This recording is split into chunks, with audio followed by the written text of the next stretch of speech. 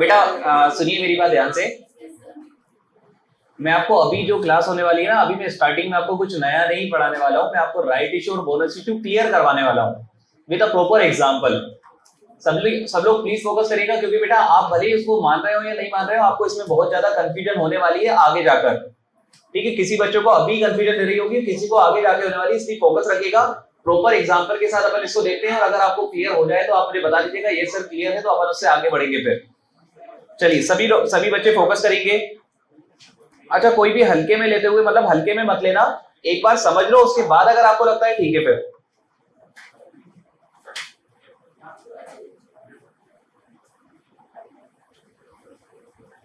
सबका फोकस है अच्छे से। चलिए एक काम करिए, बोनस इशू के एग्जांपल चाहिए, वो क्लियर है बिल्कुल। देखिए, क्योंकि देखिए मैं आपको एक चीज बता देता हूं, बोनस इशू इतना सिंपल है, अभी है या पहले। बोनस इशू बेटा इतना सिंपल है, अभी है तो क्या हो जाएगा, सीओए उसकी हो जाएगी नील, और पहले होगा तो सीओए पता है क्या हो जाएगी उसकी, सर नील और fair market value whichever is higher. It is that simple about bonus issue. Bonus issue इतना आसान है बेटा। बोनस इशू अगर अभी है तो कितना है, नील। अरे आप मुझे एक चीज बताइए ना, बोनस इशू आप पैसों में खरीदते हो या फ्री में मिलता है? फ्री में मिलता है। फ्री में मिलता है तो उसकी कॉस्ट ऑफ एक्विजिशन कितनी, नील। लेकिन बेटा यही बोनस इशू अगर आपने पहले लिया हो, तो बच्चे ध्यान से सुनना, सभी एसेट जो आप पहले खरीदते हो उसमें आपको एक चीज का बेनिफिट मिलता है, वो क्या है, फेयर मार्केट वैल्यू। आप दो चीजों को कंपेयर करते हो, कॉस्ट और फेयर मार्केट वैल्यू, और क्या लेते हो, व्हिचएवर इज हायर। तो बेटा कॉस्ट तो आपकी अभी भी जीरो है, कॉस्ट आपकी अभी भी जीरो है, लेकिन फेयर मार्केट वैल्यू जरूर जीरो से ज्यादा रही होगी।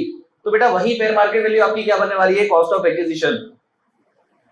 क्लियर है क्या बोनस इशू? इसका कोई एग्जांपल की जरूरत मेरे हिसाब से तो नहीं है, अगर आप बोलो तो इसका एग्जांपल लूं मैं। अच्छा एक चीज बता दो मुझे, आपसे एक क्वेश्चन पूछ रहा हूं, बस ये बता दो, बस with respect to bonus issue एक क्वेश्चन आपसे पूछ रहा हूं, आप मुझे बताइए बेटा, बोनस इशू रिसीव करने पे कैपिटल गेन आएगा क्या?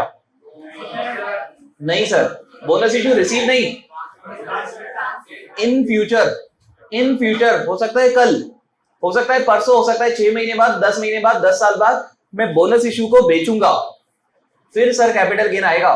और बेटा जब कैपिटल गेन आएगा, मैं आपको बता दूं, हमेशा आपके पास आपका साथी एक ही है, जब कैपिटल गेन आएगा आप दौड़ते दौड़ते जाओगे सेक्शन नंबर 48 के पास। मैंने आपको बताया था बेटा, कोई भी क्वेश्चन सेक्शन 48 के बिना सॉल्व नहीं होगा, क्योंकि क्वेश्चन आने वाला है कंप्यूटेशन ऑफ कैपिटल गेन का, उसका फॉर्मेट कहां पर है बेटा, सेक्शन 48 फुल वैल्यू कंसीडरेशन में। बेटा आपने बोनस इशू बेचा होगा फॉर एग्जांपल 2000। चलिए अपन तो फिगर से ही बात कर लेते हैं। यहां पर मान लेते हैं बेटा अपन पहले वाले की बात कर रहे हैं, मतलब बोनस इशू आपको मिला था पहले मतलब 1/4/2001 से पहले। तो भैया कॉस्ट ऑफ एक्विजिशन 0 और फेयर मार्केट वैल्यू जो कि आपकी थी 100। तो आप मुझे बताइए कॉस्ट ऑफ एक्विजिशन कितनी मानी जाएगी, 100 रुपए। 100 रुपए क्या बन जाएगी आपकी कॉस्ट ऑफ एक्विजिशन। इसी बोनस इशू को आपने बेच दिया है 2000 रुपए में, तो बेटा फुल वैल्यू कंसीडरेशन कितनी, 2000, ट्रांसफर एक्सपेंस माइनस कर लो 0, तो नेट कंसीडरेशन आपका कितना आ जाएगा, 2000। अब इसमें से आपको दो डिडक्शन मिलेगी, very good. First is, second is cost of improvement. बेटा मैं आपको बता दूं, हर बच्चे को क्लियर होगा कि यार कोई भी शेयर्स डिबेंचर में इंप्रूवमेंट थोड़ी होता होगा कि आपने 10 रुपए एक्स्ट्रा खर्चा कर लिए, कल को वो ज्यादा डिविडेंड देने लगे, ऐसा थोड़ी होगा। आप समझिए मेरी बात, कोई भी इंप्रूवमेंट वगैरह शेयर्स डिबेंचर में पॉसिबल नहीं है। तो बेटा कॉस्ट ऑफ इंप्रूवमेंट तो इस केस में हमेशा कितनी होने वाली है, 0। कॉस्ट ऑफ इंप्रूवमेंट तो हमेशा ही कितनी होगी यार, 0। मैं तो बात कर रहा हूं कॉस्ट ऑफ एक्विजिशन की, क्योंकि ये बोनस शेयर आपने पहले खरीदा था, तो कॉस्ट ऑफ एक्विजिशन आपकी क्या थी, 100 रुपए। मेरा आपसे क्वेश्चन, ये asset is long term capital asset है, इंडेक्सेशन करोगे या नहीं करोगे? Third provision to section 48 equity share, indexation नहीं होगा, याद रखना बेटा। समझो मेरी बात को, अभी कंफ्यूजन हो जाते, अगर मैं नहीं बताऊंगा ना अभी कंफ्यूज हो जाते, लेकिन मैं आपको बता रहा हूं, ये अपन बात कर रहे हैं बेटा बोनस इश्यू मतलब इक्विटी शेयर की अपन बात कर रहे हैं। तो भैया अगर आपको बोनस इश्यू मिला है तो उस पर आप इंडेक्सेशन नहीं करोगे, वजह क्या है, थर्ड प्रोविजो में 3 एसेट में पहला ही एसेट था इक्विटी शेयर। याद है ना आपको, पहला एसेट कौन सा था बेटा, equity share, unit of business trust, unit of equity oriented mutual fund, 3 चीजें, उसमें पहले नंबर पे यही तो था। अरे हाँ या ना? तो इंडेक्सेशन तो नहीं होगा, और क्यों नहीं होगा लिख देता हूं यहां पर, थर्ड प्रोविजो की वजह से नहीं होगा। लेकिन बेटा कॉस्ट ऑफ एक्विजिशन कितनी मानी जाएगी ये बता दो आप, 100 रुपए। ये आपने ऊपर निकाल के रखी बेटा, तो आपका कैपिटल गेन कितना आ जाएगा, 1900 रुपए। 1900 रुपए आ जाएगा आपका कैपिटल गेन। क्या आपको ये बात क्लियर है? और बेटा ये कैपिटल गेन शायद आपका लॉन्ग टर्म कैपिटल गेन है। This is your long term capital gain, क्योंकि आपने 2001 से पहले शायद बोनस मिला था आपको। मतलब ये कौन सा कैपिटल गेन है? Long term capital gain. क्या आपको ये बात क्लियर है? बेटा कुछ बहुत सारी बारीक बातें मैं आपके सामने करने वाला हूं आज, और वो सिर्फ आज होगी, वो कल नहीं होगी। सिर्फ आज होगी, कल नहीं होगी। कल से अपन आगे बढ़ जाएंगे और दूसरे पार्ट पे इस पार्ट की कोई बात ही नहीं होगी फिर। इसलिए प्लीज फोकस रखिएगा, क्योंकि ये क्लास एक्सक्लूसिवली बारीकियों के लिए है। प्लीज सब लोग फोकस करना, क्योंकि ये तो मैं आपको बोनस इश्यू वाला पार्ट बता रहा हूं, ये तो बड़ा सिंपल पार्ट है, इसमें कुछ है ही नहीं। चलिए इसके बाद बेटा आप अपन बात करते हैं राइट इश्यू।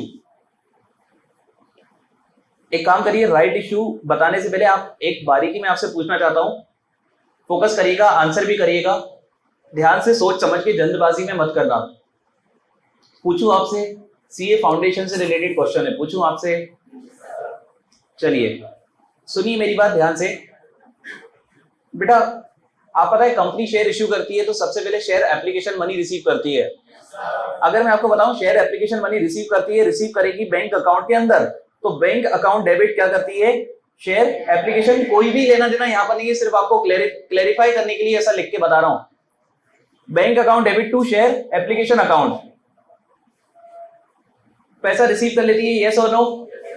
फिर बेटा ये जो पैसा रिसीव करती है ये टेम्पररी अकाउंट होता है, इसको खत्म करती है और क्या इश्यू करती है? Capital. Very good sir, entry pass करती है share application account debit to share capital account. अगर प्रीमियम वगैरह होता है तो टू सिक्योरिटी प्रीमियम, ऐसी कुछ एंट्री होती है। डिस्काउंट होता है तो बेटा शायद यहां पर डिस्काउंट आ सकता है, ऐसे कुछ एंट्री होती है। मतलब मैं सिर्फ जनरलाइज बात कर रहा हूं।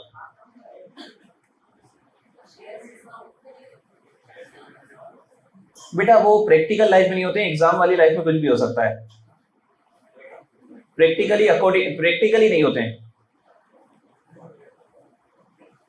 यहां पर बेटा फिगर भी आपके सामने लिख देता हूं सिर्फ आपकी समझ के लिए। आपने 100 रुपए के शेयर पे 10 रुपए प्रीमियम के साथ 110 रुपए रिसीव करे थे, तो बेटा यहां पर 110 रुपए से आपने डेबिट करा होगा, लेकिन आप कैपिटल में फेस वैल्यू ही ट्रांसफर करोगे, मतलब कितना? 100, और प्रीमियम में कितना चला जाएगा? 10 रुपए। और मान लीजिए बेटा ये लमसम वाला केस है। लमसम मतलब एक ही इंस्टॉलमेंट में आपने पूरा पैसा ले लिया, ये हो गया ऐसा। अच्छा अगर मैं आपसे बात करूं लमसम केस के अलावा बेटा और भी होते हैं, वो शेयर अलॉटमेंट होता है, फिर first call, final call, etcetera होते हैं। तो अगर मैं आपसे 2 इंस्टॉलमेंट वाली बात करूं तो बेटा यहां पर अब मैं अमाउंट हटा रहा हूं। पहली एंट्री आपने ऐसी कुछ पास करी, फिर इसके बाद बेटा ध्यान से सुनना सब लोग, आप एंट्री पता है कौन सी पास करते हो? शेयर अलॉटमेंट को ड्यू करने की। अभी मैं आपसे अभी लॉजिक पूछूंगा सभी चीजों के, ध्यान से सुनना। पहले तो मैं आपको लिख के बता रहा हूं, पहली एंट्री आप पास करते हो share allotment account debit to share capital account to security premium account if any, अगर हो तो। और बेटा फिर आप एंट्री पास करते हो आगे जाकर रिसीव करने की bank account debit to share allotment account. ऐसा ही होता है, यस और नो? अब फोकस करिएगा बेटा, यहां पर मैं आपको ये बताना चाहता हूं, यहां पर इनकी डेट्स। पहली एंट्री जो आप पास कर रहे हो ना, ये उस दिन पास करते हो जिस दिन पैसा एप्लीकेशन मनी का रिसीव करते हो आप।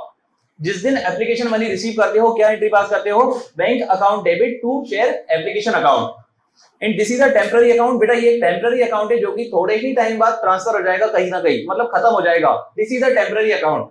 बेटा share application, share allotment, share first call, share second call, share final call, ये सब टेम्पररी अकाउंट है आपके। तो ये सब क्या होने वाले? खत्म। सेकंड एंट्री आपने क्या पास करी? शेयर एप्लीकेशन मनी को ट्रांसफर कर दिया है, कहां पर बेटा? शेयर कैपिटल के अंदर। ऐसी कुछ एंट्री पास होती है, यस और नो? अब मुझे एक चीज बताइएगा, कंपनी ने शेयर ऑफर करे हैं बेटा, कंपनी ने शेयर्स ऑफर करे हैं 1 लाख, लेकिन पब्लिक ने डिमांड ज्यादा थी बेटा। पब्लिक ने पता है कितने अप्लाई करे? 1.5 लाख। तो आप मुझे बताइए कितनी एप्लीकेशन मनी रिसीव होगी? 1.5 लाख। अरे यस और नो? आप समझिए मेरी बात को, कंपनी ने कितने ऑफर करना चाहे 1 लाख, लेकिन पब्लिक ने कितने उनको मांगा, डिमांड कितनी है? 1.5 लाख।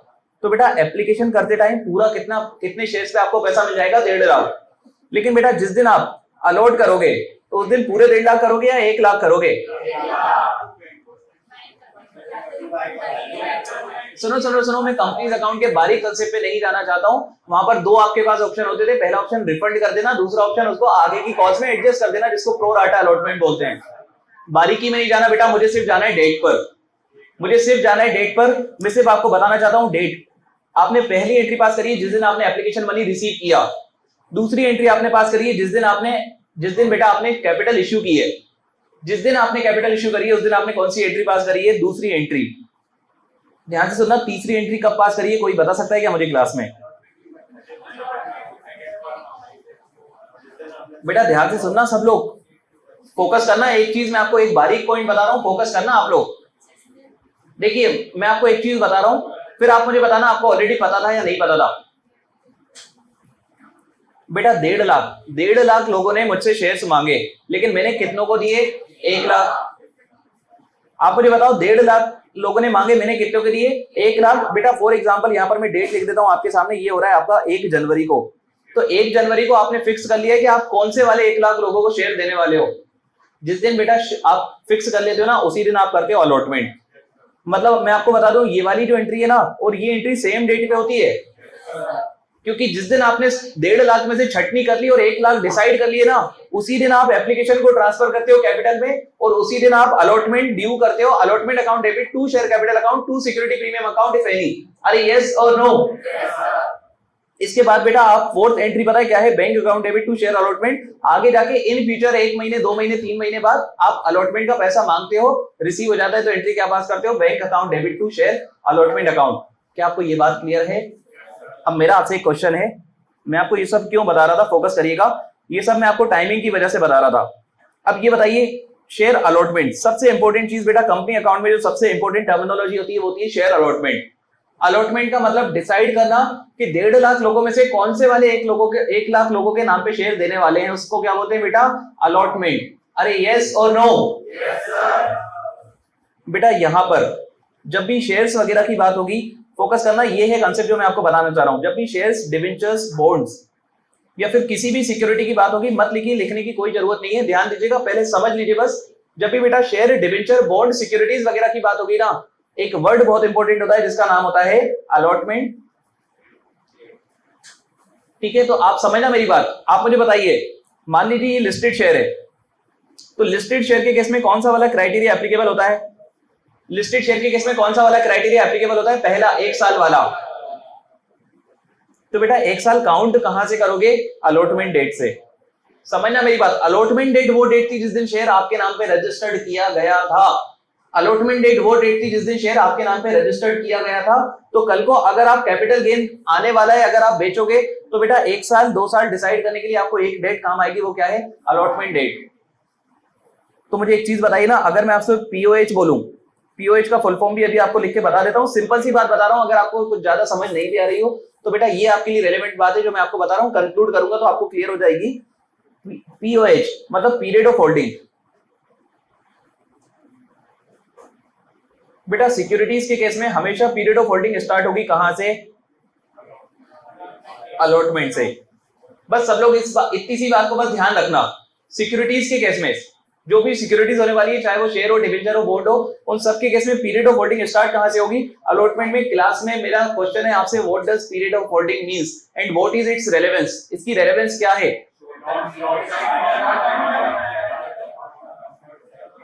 सर वो जो 1 साल 2 साल 3 साल वाला क्राइटेरिया देखना था ना, वहां पर यही तो देखना था कि पीरियड ऑफ होल्डिंग कितनी है। अगर पीरियड ऑफ होल्डिंग 1 साल तक है तो शॉर्ट टर्म, 1 साल से ज्यादा है तो लॉन्ग टर्म। आप समझिए मेरी बात, वहां पर क्या देखना था आपको? Period of holding. और मैं आपको ये क्यों बता रहा हूं? क्योंकि बेटा वहां पर मल्टीपल डेट्स आपके सामने हो सकती है, लेकिन आपके लिए रेलेवेंट डेट कौन सी होने वाली है? अलॉटमेंट वाली डेट। तो पीरियड ऑफ होल्डिंग कहां से स्टार्ट करोगे बेटा आप? अलॉटमेंट वाली डेट से। तो एक चीज आपको ये ध्यान रखनी है, ठीक है, एक चीज आपको ये ध्यान रखनी है, पीरियड ऑफ होल्डिंग आपको कहां से काउंट करनी है? अलॉटमेंट से। अब एक काम करते हैं, अब आइए आप राइट इश्यू पर।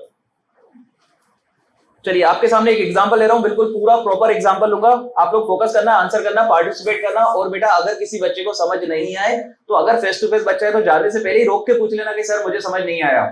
ठीक है, इस डाउट को लेकर घर मत जाना, खासतौर पर फेस टू फेस वाले बच्चे, और ऑनलाइन वाले बच्चों को भी मैं मौका दे दूंगा अलग से। चलिए proper example of right issue. आप मुझे बताइए, राइट इश्यू के केस में एग्जिस्टिंग शेयर होल्डर के पास कितने ऑप्शन है? Sir existing share holder has 2 option. Option number 1 क्या है बच्चे? ऑप्शन नंबर 1 परचेज कर लेना, और ऑप्शन नंबर 2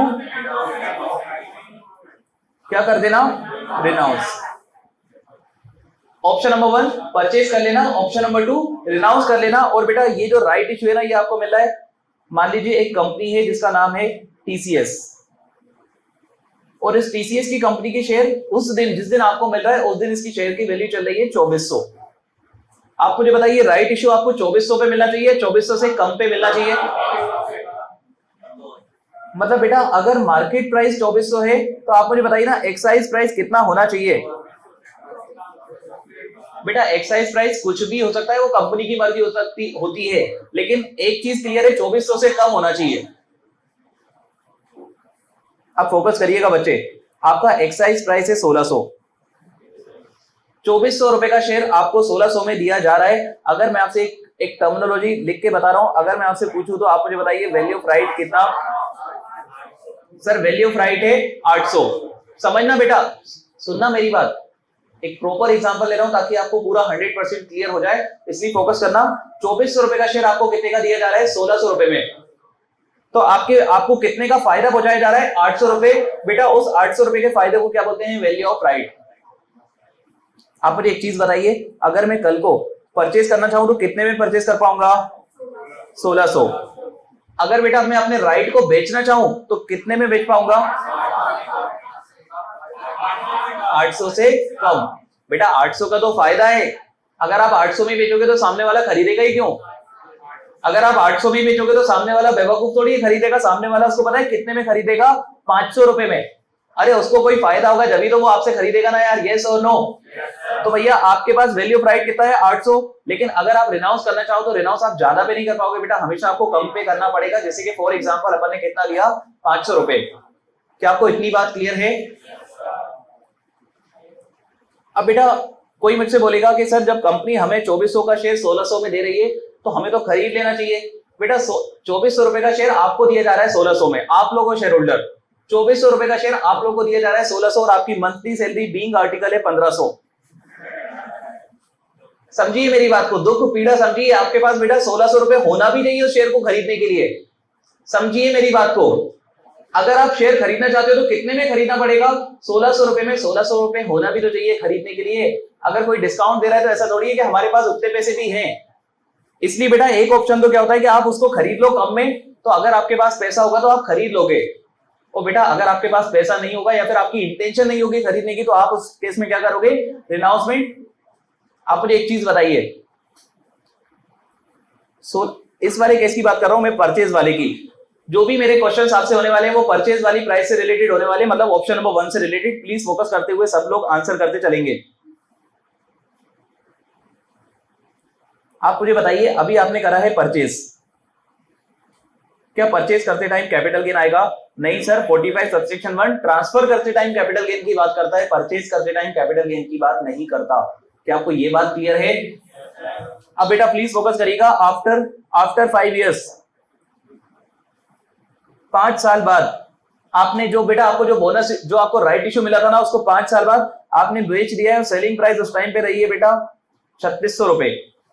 आपने बेच दिया 3600 रुपए सेलिंग प्राइस रही है। आप मुझे बताइए अकॉर्डिंग टू सेक्शन 45(1) क्या 5 साल बाद बेचने पे कैपिटल गेन आ जाएगा? यस सर, 5 साल बाद बेचने पे क्या जाएगा? Capital gain. और बेटा जैसे ही कैपिटल गेन आएगा आप भागते हुए जाओगे किसके पास? Section number 48। सेक्शन नंबर 48 के पास आप जाओगे और लिखोगे full value consideration, selling price 3600, आप माइनस करोगे ट्रांसफर एक्सपेंस 0। बेटा ध्यान से सुनना, मेरे सभी एग्जांपल में ट्रांसफर एक्सपेंस 0 होने वाला है, क्योंकि ट्रांसफर एक्सपेंस आपको क्वेश्चन में गिवन होता है। तो अगर गिवन हो तो आप उसको माइनस करना, नहीं गिवन हो तो क्या ही हो जाएगा यार? 0। और मैं आपको बता दूं ज्यादातर क्वेश्चन में होता ही नहीं है, 90% क्वेश्चन में नहीं होता, 10% क्वेश्चन में ही होता है। तो आप लोग है ना इसकी हैबिट मत डाल लेना, नहीं तो क्वेश्चन में दिया हो उसके बाद भी 0। ठीक है, उसकी हैबिट मत डालना बेटा, जो क्वेश्चन में होगा वो आपको माइनस करना पड़ेगा। आप मुझे नेट कंसीडरेशन बता दीजिए। सर नेट कंसीडरेशन 3600, ठीक है, नेट कंसीडरेशन हो गई सर 3600 रुपए।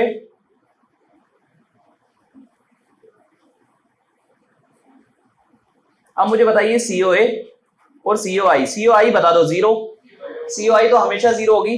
बच्चे सीओए अपन बताए जो सब पढ़ रहे हैं वो किस वजह से पढ़ रहे हैं? सीओए की वजह से, क्योंकि हम जो पढ़ रहे हैं वो सब कुछ लिखा है सेक्शन नंबर 55 के अंदर, जो कि सेक्शन ही पता है किसका है? कॉस्ट ऑफ एक्विजिशन और कॉस्ट ऑफ इंप्रूवमेंट। तो ध्यान दीजिए, आप मुझे बताइए इस शेयर की वैल्यू जो आपने 3600 बेची है आपके लिए कितनी है? बेटा मार्केट के लिए होगी 2400, दूसरों के लिए होगी 2400, लेकिन आपके लिए कितनी है? 1600, क्योंकि हमने तो क्या पढ़ा, कॉस्ट ऑफ एक्विजिशन जनरली क्या होगी? परचेज प्राइस, और हमने कितने में खरीदा है? 1600। तो आप मुझे बताइए बेटा, यहां पर आप 1600 माइनस कर दोगे, यस।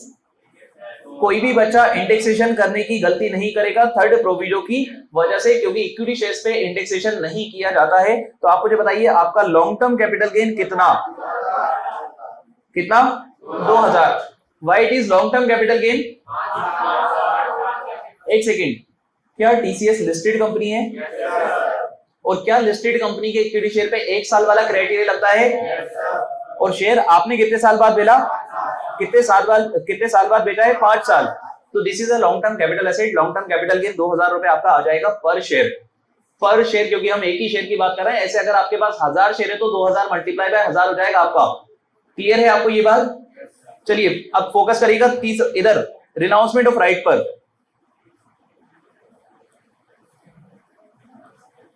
बस बेटा ऐसे ही पार्टिसिपेट करते रहना। अगर आप पार्टिसिपेट करते रहोगे तो आपको बहुत अच्छे से इस चीज क्लियर हो जाएगी।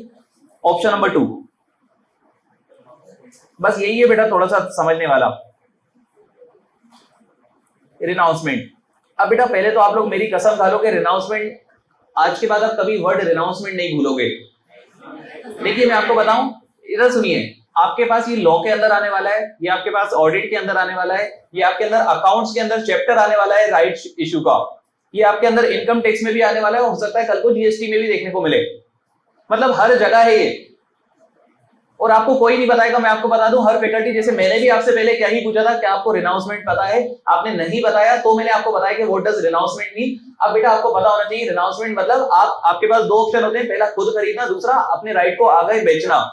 अपने राइट को आगे बेचने को क्या बोलते हैं सर? रिनाउंसमेंट। अब प्लीज फोकस करिएगा, रिनाउंसमेंट आपने करा कितने में है? 500 रुपए में। आप मुझे एक चीज बताइए बेटा, जब भी रिनाउंसमेंट होगा ना, पहले मैंने जो अभी पहले बताया था ना, मैंने पूरा नहीं बताया था, इस बार पूरा बताऊंगा, इसलिए प्लीज फोकस करिएगा। बेटा रिनाउंसमेंट के केस में 2 लोगों के बारे में बात होगी, एक होगी मिस्टर मास के बारे में, और एक बात होगी पता है किसके बारे में? मिस्टर पप्पू। समझना मेरी बात, एक तो किसके बारे में बात हो रही है? मिस्टर मास। दूसरी किसके बारे में बात हो रही है? पप्पू। आपको पता है मिस्टर मास कौन है? जिन्होंने राइट बेचा था। और मिस्टर पप्पू कौन है? जिन्होंने राइट खरीदा था। आप मुझे बताइए, क्या ये राइट कैपिटल एसेट है?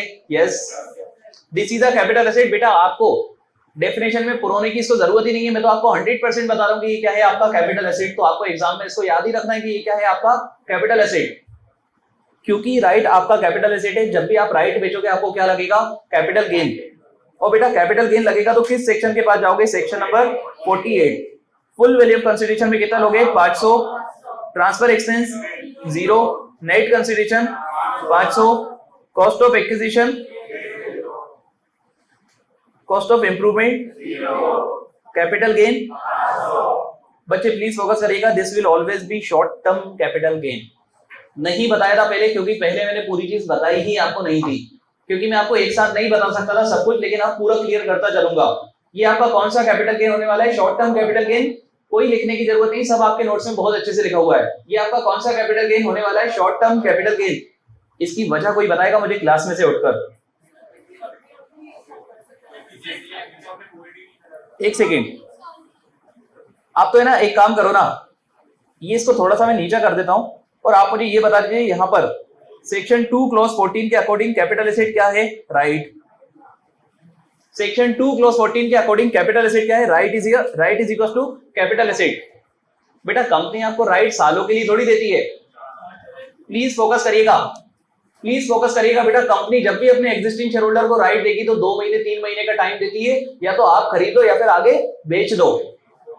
तो बेटा ये जो राइट है ये 3 साल वाले क्राइटेरिया में फॉल करेगा, और आपको तो 2-3 महीने का ही टाइम मिल रहा होगा, तो this will always be a short term capital asset. तो इसमें जो भी कैपिटल गेन आएगा वो भी क्या आएगा? Short term capital gain. मैं तो बोल रहा हूँ इतना दिमाग मत लगाना, आपको याद रख लेना कि ये जो राइट है ना, रिनाउंसमेंट ऑफ राइट पे जो भी कैपिटल गेन आएगा ये हमेशा क्या होगा बेटा? Short term capital gain. अगर कोई लॉजिक की बात करना चाहे तो बेटा लॉजिक में ये जो राइट है ना, ये आपके 3 साल वाले क्राइटेरिया में आएगा, और कंपनी 3 साल का आपको टाइम ही नहीं देगी, कंपनी आपको टाइम देगी 1 महीने, 2 महीने, 3 महीने। तो बेटा ये हमेशा आपका क्या होने वाला है? Short term capital asset. तो इस पे जो भी गेन होगा वो भी क्या होने वाला है, शॉर्ट टर्म कैपिटल गेन। याद रख लेना, इस चीज को याद रख लेना, शॉर्ट टर्म कैपिटल गेन। क्या आपको ये बात क्लियर है? चलिए अब मैं बात करता हूं बेटा मिस्टर पप्पू के बारे में। बेटा मिस्टर पप्पू परचेज कर रहा है। अच्छा कितनी चीज परचेज कर रहा है, ध्यान देना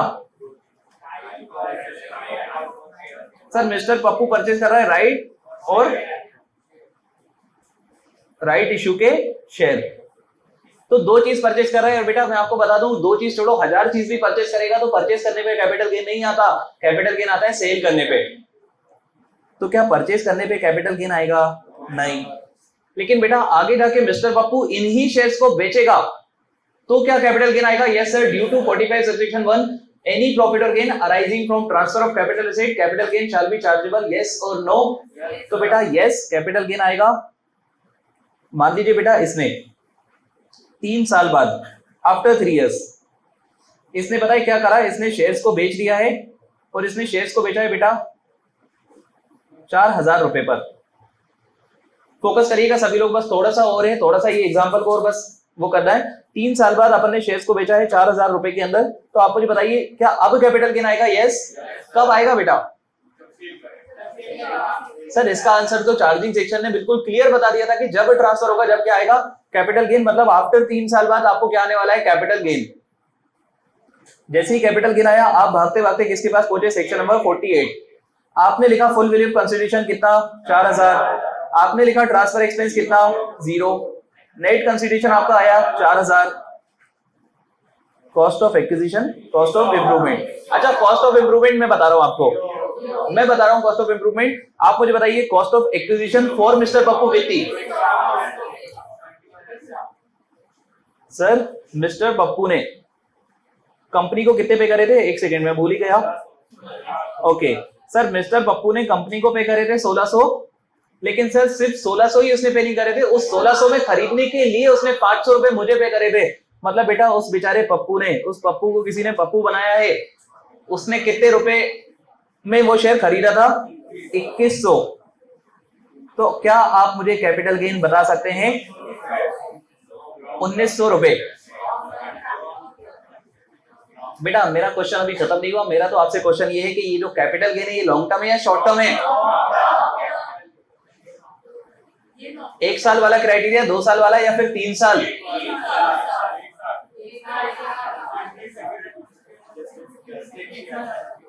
इसने कैपिटल एसेट बेचा है सेक्शन 2 क्लॉज 14 के अकॉर्डिंग, जो कि है listed equity share.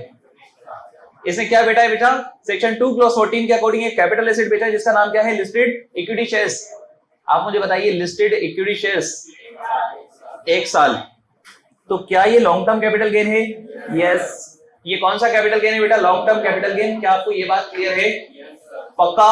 Class already complete है। आप प्लीज बच्चे एक बार इसको देख लीजिए, क्योंकि इसको देख के आपको कोई डाउट नहीं आना चाहिए। मैंने तो आपको हर चीज अच्छे से कवर करी है, आप एक बार इसको देख लीजिए प्लीज, आप नोट्स को देख लीजिए बेटा। ये if acquired by shareholder मतलब option number 1, if acquired by shareholder मतलब ऑप्शन नंबर 1। यहां पर कॉस्ट ऑफ एक्विजिशन क्या हो जाएगी? Amount paid to company. और ऑप्शन नंबर 2 ये है आपके पास, ऑप्शन 2 रिनाउंसमेंट ऑफ राइट। आपके पास क्या आने वाला है? Capital gain. बेटा जो अपन है ना इतने वो चार्ट बना के एग्जांपल के फॉर्म में कर रहे थे, ये आपका ऑप्शन नंबर 1 है, ये आपका ऑप्शन नंबर 2 है रिनाउंसमेंट वाला। तो ऑप्शन नंबर 2 में आपको वो बेटा मेरे हाथ में, ऑप्शन नंबर 2 में मिस्टर मास के हाथ में क्या आने वाला है? कैपिटल गेन और ट्रांसफर ऑफ राइट। एंड ये बेटा आपकी परचेजर मिस्टर पप्पू की बात हो रही है, तो पप्पू के बारे में देखिए क्या लिखा है? Amount paid to company for shares plus amount paid for purchase of right, ये उसकी क्या बन जाएगी? Cost of acquisition. चलिए अब सब लोग फोकस करिएगा, सेकंड वाला पार्ट अपन को कैपिटल गेन का स्टार्ट करना है। उस पार्ट को स्टार्ट करने से पहले फर्स्ट वाले पार्ट से रिलेटेड कुछ मुझे आपसे 1-2 बातें करनी है। सबसे पहली चीज तो मैंने आपको कुछ चीज सिखाई थी, मैंने आपको बेटा गुडविल से रिलेटेड 2 स्पेशल केस बताए थे। मैंने आपको गुडविल, पेटेंट, ट्रेडमार्क, कॉपीराइट से रिलेटेड कुछ केस बताए थे। फॉर एग्जांपल मैंने आपको बताया था कि इनको कभी भी आपको फेयर मार्केट वैल्यू का बेनिफिट मिलेगा या नहीं मिलेगा, आप बताओ। एक बेनिफिट जो fair market value as on 1/4/2001 सभी एसेट को मिलता है, लेकिन कौन से वालों को नहीं मिलेगा? Goodwill, trademark, patent, copyright etcetera. इसके अलावा बेटा मैंने आपको एक और चीज बताई थी, मैंने आपको एक और चीज बताई थी कि कॉस्ट ऑफ इम्प्रूवमेंट, अच्छा सुनाई नहीं दिया, मैंने आपको बताया था कि जो कॉस्ट ऑफ इम्प्रूवमेंट होता है ना बच्चे सब लोग प्लीज फोकस करेंगे, जो हाँ बिल्कुल आ सकते हैं। कॉस्ट ऑफ इम्प्रूवमेंट का बेनिफिट किसको नहीं मिलेगा बेटा? इंटेंजिबल असेट को। मतलब दो चीजें जो आपको रटी होना चाहिए, सिर्फ आपको समराइज करवा रहा हूं, ऑलरेडी पढ़ा चुका हूं। दो चीजें कि गुडविल, पेटेंट, ट्रेडमार्क, कॉपीराइट वगैरह के केस में आपको फेयर मार्केट वैल्यू का बेनिफिट अवेलेबल नहीं होगा, पहला नुकसान। और दूसरा नुकसान बेटा आपको यहाँ पर कोई भी इंप्रूवमेंट वगैरह अवेलेबल नहीं होगा। मैंने आपको एग्जांपल दिया था कि समोसा पढ़ा के मैं और अच्छा नहीं पढ़ा, समोसा खा के है ना मैं और अच्छा नहीं पढ़ा पाऊंगा, मेरी गुडविल को उससे कोई भी इंक्रीमेंट नहीं होगा। तो सबको ये बात क्लियर होगी। इसके बाद मैंने आपको सीओआई से रिलेटेड मैंने आपको एक और चीज बताई थी, ये और चीज ध्यान रखना सब लोग। अभी मैं आपको बताऊंगा, ये लिखा है आपके नोट्स में कि बेटा कॉस्ट ऑफ इंप्रूवमेंट का बेनिफिट आपको कब नहीं मिलता है? जब ये 1/4/2001 से पहले हो। अगर कॉस्ट ऑफ इंप्रूवमेंट आपने कब इनकर किया हो 1/4/2001 से पहले, तो आपको इसका बेनिफिट नहीं मिलता। तो मैं आपको इस चीज को बता देता हूं, कहां लिखा है बेटा, ये देखिए समरी आपके सामने लिखा है समरी, और इस समरी में लिखा है cost of improvement is ignored. मतलब कॉस्ट ऑफ इंप्रूवमेंट आपको इग्नोर करना होती है दो केसेस में। पहला केस देखिए कौन सा है, वो गुडविल, ट्रेडमार्क, पेटेंट, कॉपीराइट वाला जो ऑलरेडी आप पढ़े हुए हो। और सेकंड केस कौन सा है, improvement done before 1/4/2001 should be ignored.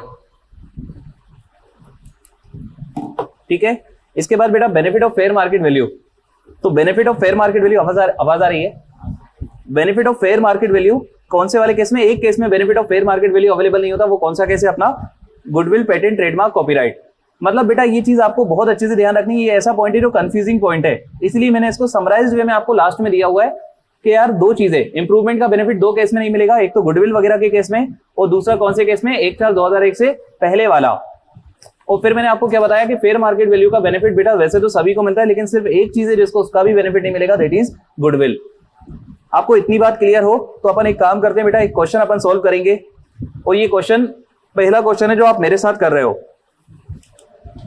है ना। अभी तक अपन ने एग्जाम्पल लेवल पे क्वेश्चन सोल्व करें, ये पहला क्वेश्चन है जो आप अच्छा क्वेश्चन सोल्व कर रहे हो, तो इसको आप लोग प्लीज सीरियसली लेके, इजी क्वेश्चन है, आप कर लोगे बिना मेरे हेल्प के, लेकिन एक बार फिर भी मेरे साथ ही इसको सोल्व करेंगे। सभी बच्चों का फोकस होना चाहिए। चलिए बेटा पहला question, miss Tamsin purchase the residential house property on 26 June 1997 for ₹10 lakh. 10 lakh रुपए की एक प्रॉपर्टी खरीदी गई है, जिस प्रॉपर्टी की, अच्छा ये प्रॉपर्टी अभी खरीदी है, बहुत पहले खरीदी है, बहुत पहले। इस प्रॉपर्टी की fair market value as on 1/4/2001 available है, और वो कितनी है? 12 लाख। मेरा आपसे क्वेश्चन है, कॉस्ट ऑफ एक्विजिशन आप कितनी मानोगे? आपने पढ़ा है बेटा कॉस्ट ऑफ एक्विजिशन में आप दो चीजों को कंपेयर करते हो, एक तो क्या ले लेते हो? परचेज प्राइस, और उसको आप किससे कंपेयर करते हो? फेयर मार्केट वैल्यू, और व्हिचएवर इज हायर आप क्या ले लोगे? Cost of acquisition. मतलब इस केस में कॉस्ट ऑफ एक्विजिशन आपकी कितनी होने वाली है? 12 लाख। आगे लिखा है शी कंस्ट्रक्टेड फ्लोर नंबर 2। बेटा उसने दूसरा वाला फ्लोर बनाया है जिसकी कॉस्ट कितनी है? 3,50,000, 3,50,000 इन द ईयर 19 मार्च 2000। मतलब उसने 19 मार्च 2000 को ऐसा कुछ खर्चा करा है 3,50,000 का। आप मुझे बता सकते हैं 3,50,000 है क्या? ये 3,50,000 है क्या? आप मुझे बता सकते हैं क्या? Sir this is cost of improvement. मैंने आपको बताया था कि कभी भी आप न्यू फ्लोर वगैरह कंस्ट्रक्ट कराओगे या फिर प्रॉपर्टी में आप कोई काम करवाओगे तो वो जो खर्चा होगा वो क्या कहलाता है बेटा? COI, that is cost of improvement. आपको पता है ना ये सब कहां काम आएंगे? जब आप कैपिटल गेन कंप्यूट करना चाहोगे, सेक्शन नंबर 48 के पास जाओगे तो वहां पर सीओआई आपके क्या आने वाला है? काम। अच्छा आगे इसके बाद अपन बात करें तो लिखा है during previous year 15-16 she constructed another floor for 2 lakh रुपए। एक सेकेंड, अच्छा ये 19 मार्च 2000 को है। एक सेकेंड, 19 मार्च 2000 मतलब बेटा cost of improvement, please focus करिएगा, बारीक पॉइंट था मैंने ध्यान नहीं दिया। ये कॉस्ट ऑफ इंप्रूवमेंट आपने कब करी है? 19 मार्च 2001। मतलब ये कॉस्ट ऑफ इंप्रूवमेंट आपने करी है बेटा बिफोर 1/4/2001। तो ऐसी कॉस्ट ऑफ इंप्रूवमेंट को आप क्या करते हो? इग्नोर। आपको पता है ना कॉस्ट ऑफ इंप्रूवमेंट आप 1/4/2001 के बाद वाली को कंसीडर करते हो, पहले वाली को आपको क्या करना होगा? इग्नोर। इसीलिए इस क्वेश्चन में लिखा है during previous year 15-16 she constructed another floor. बेटा दो तो ऑलरेडी बन चुके थे, मतलब तीसरा फ्लोर बनाया और उस पर कितना खर्च करा है? 2 लाख रुपए। आप मुझे बताइए ये 2 लाख रुपए क्या है? Cost of improvement. अच्छा ऊपर वाला 3,50,000 भी कॉस्ट ऑफ इंप्रूवमेंट था, लेकिन उसको आप इग्नोर करोगे क्योंकि वो कॉस्ट ऑफ इंप्रूवमेंट बिफोर था। और ये वाला कॉस्ट ऑफ इंप्रूवमेंट क्या है? ऑन और आफ्टर 1/4/2001। तो बेटा इसको आप कंसीडर करोगे, यस। इसके बाद आगे क्वेश्चन में लिखा है, अच्छा ऐसे ही क्वेश्चन आता है एग्जाम में, ऐसे ही क्वेश्चन आपको एग्जाम में देखने को मिलेगा अभी तक के पार्ट के ऊपर। तो देखिए क्या लिखा है आगे, she sold the house property in April 2023 for 49 lakh rupees. बेटा 49 लाख रुपए के अंदर आपने इस प्रॉपर्टी को बेच दिया, तो ये आपकी क्या हो चुकी है, full value of consideration. Selling price, generally selling price आपकी क्या होती है, फुल वैल्यू ऑफ कंसीडरेशन। लिखा है compute capital gain for assessment year 24-25। मैंने तो आपको बताया था कि हर क्वेश्चन में आपसे वो यही पूछने वाला है कि कैपिटल गेन कंप्यूट करके बता दो, और हर क्वेश्चन में आपको एक सेक्शन तो जरूर लगेगा, दैट इज सेक्शन नंबर 48। तो एक काम करता हूं बेटा, मैं आपके सामने सेक्शन नंबर 48, अच्छा सेक्शन नंबर 48 में बेटा सबसे पहले आप लिखोगे फुल वैल्यू ऑफ कंसीडरेशन। तो फुल वैल्यू ऑफ कंसीडरेशन बताइए मुझे इस क्वेश्चन में कितना, सर 49 लाख, 49 लाख रुपए क्या हो जाएगा full value of consideration, 49 lakh रुपए क्या हो जाएगा फुल वैल्यू ऑफ कंसीडरेशन। अच्छा इसमें से आप माइनस करोगे ट्रांसफर एक्सपेंस, और मैंने आपको बताया था क्वेश्चन में गिवन हो तो माइनस कर देना, नहीं हो तो जीरो कर देना। तो मुझे बताइए नेट कंसीडरेशन कितना, सर नेट कंसीडरेशन आ जाएगा पूरा का पूरा 49 लाख रुपए, ठीक है, नेट कंसीडरेशन आ जाएगा पूरा का पूरा 49 लाख रुपए। अब बेटा आपको इसमें से दो डिडक्शन मिलेंगे, आप मुझे फॉर्मेट बता दें। सबसे पहले आपको मिलेगा सीओए, फिर आपको मिलेगा सीओआई, और आपका कैपिटल गेन कितना आ जाएगा, एक सेकेंड अभी कैलकुलेट मत करना बच्चे, सीओए और सीआई का बेनिफिट लेने के बाद आपका क्या निकल कर आ जाएगा, कैपिटल गेन। मेरा आपसे क्वेश्चन है, ये प्रॉपर्टी आपने कब खरीदी थी, 26 जून 1997। अगर आप इस प्रॉपर्टी को बेच रहे हो, आप मुझे बताइए लॉन्ग टर्म कैपिटल एसेट है या शॉर्ट टर्म कैपिटल एसेट है। This is long term capital asset. ये कैपिटल एसेट कौन सा है, लॉन्ग टर्म कैपिटल एसेट। और क्योंकि बेटा ये asset long term capital asset है, हाँ तो मैं आपसे क्या बात कर रहा था, मैं आपसे बात कर रहा था बेटा क्योंकि एसेट आपका लॉन्ग टर्म कैपिटल एसेट है तो आप सीओए नहीं लिखोगे। आपने पढ़ा था सेकंड प्रोविजन टू सेक्शन 48, वहां आपने पढ़ा था कि अगर एसेट कौन सा एसेट है, लॉन्ग टर्म कैपिटल एसेट है, तो आप सीओए की जगह क्या लिखते हो, आईसीओए, और सीओआई की जगह क्या लिखते हो, आईसीओआई। तो बेटा आप आईसीओ लिखोगे और आईसीओ लिखोगे, माइनस कर दोगे तो आपका कैपिटल गेन भी कौन सा आ जाएगा, लॉन्ग टर्म कैपिटल गेन। अब मेरा आपसे क्वेश्चन है, ठीक है, मेरा आपसे क्वेश्चन है, प्लीज फोकस करिएगा, पार्टिसिपेट करिएगा सभी बच्चे। बेटा यहां पर अपन को सीओए कैलकुलेट करना है। I am talking about cost of acquisition. आप मुझे बताओ अगर सिर्फ सीओए पूछूं तो सीओए तो आपका है 12 लाख रुपए, विच एवर इज हायर। अभी आपने मुझे बताया परचेज प्राइस और fair market value, whichever is higher क्या हो जाएगा, कॉस्ट ऑफ एक्विजिशन।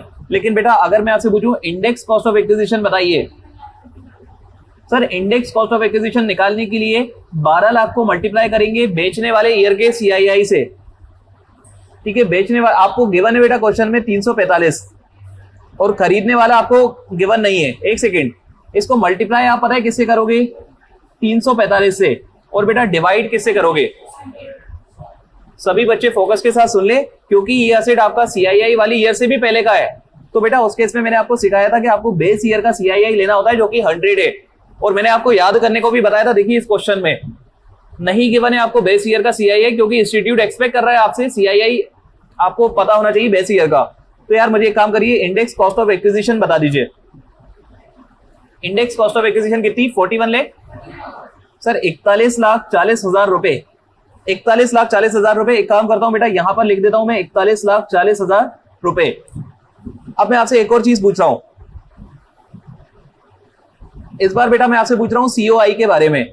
सब लोग फोकस करिएगा, सीओआई आपको दो गिवन है, एक आपको गिवन है 3.5 लाख वाली। बेटा 3.5 लाख वाली ऑनलाइन वाले बच्चों से मेरा क्वेश्चन है, 3.5 लाख वाली सीओआई लूं या नहीं लूं, कंसीडरिंग के वो आपने बेटा 2001 से पहले करवाया। सर 3.5 लाख वाली सीआईआई को आपको इग्नोर करना पड़ेगा, यस, तो 3,50,000 को मैंने कट कर दिया। अच्छा इसके बाद बेटा 2 लाख रुपए की आपने एक और सीओआई करी, और ये कब करिए, 15-16 में। तो एक काम करिए ना, प्लीज फोकस करिएगा, प्लीज पार्टिसिपेट करिएगा सभी बच्चे। यहां पर आपको सीओआई तो गिवन है कितनी, 2 लाख। आपको चाहिए सीओआई नहीं, आपको चाहिए क्या है, आईसीओआई। और बेटा मैं आपको बार बार वो फॉर्मूले नहीं बताऊंगा, वो आपको खुद से करना पड़ेगा। तो यहां पर आप निकालने के लिए 2 लाख को मल्टीप्लाई करोगे करंट ईयर के सीआईआई से, जो कि है 345। कहां से लिखा है बेटा, ये देखो क्वेश्चन में लिखा है 345। लेकिन बेटा आप डिवाइड पता है किससे करोगे, जिस साल इंप्रूवमेंट हुआ था उस साल की सीआईआई से। यहां पर बेस ईयर से मत कर देना बेटा, बेस ईयर से कब करते हैं, जब पुराना हो।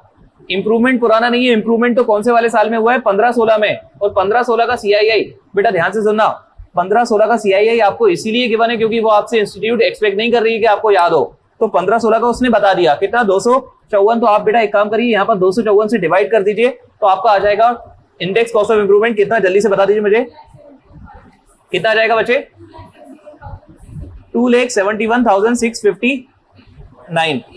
अच्छा 653। तो एक काम करिए, मुझे लॉन्ग टर्म कैपिटल गेन बता दीजिए आप लोग। आप मुझे लॉन्ग टर्म कैपिटल गेन बता दीजिए। आप मुझे लॉन्ग टर्म कैपिटल गेन बता दीजिए, इस क्वेश्चन में कितना आ रहा है? 4,88,347। वेरीफाई कर लेते हैं। 4,88,346। देखिए ये प्रेजेंटेशन, ये सॉल्यूशन मैंने आपके सामने दिया है। अब इस सॉल्यूशन में देखिए फुल वैल्यू ऑफ कंसिडरेशन में आपने कितना ले लिया? 49 लाख। इसमें से बेटा ट्रांसफर एक्सपेंस आपने 0 माइनस कर दिया, तो आपका आ गया नेट कंसिडरेशन अगेन कितना? 49 लाख।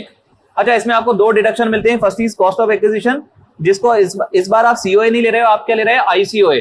मुझे एक काम करेंगे, आप बताएंगे बेटा यहां पर अपन आईसीओए क्यों ले रहे हैं लास्ट में? हाँ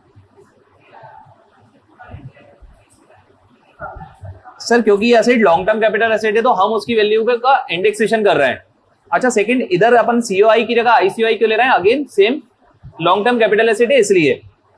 और बेटा ये इंडेक्सेशन क्या आप लोगों को क्लियर है सबको? तो बेटा ये आपकी आ जाएगी कॉस्ट वगैरह, तो आपका आ जाएगा capital gain, long term capital gain. किस किस को ये क्वेश्चन एब्सोल्युटली क्लियर है? पहले तो फेस टू फेस वाले बता दें। एब्सोल्युटली क्लियर है, कोई भी दिक्कत मेरे बताए बिना भी ये क्वेश्चन आप लोगों से बन जाता। ऑनलाइन वाले भी यार एक बार मुझे बता दें बिल्कुल अच्छे से।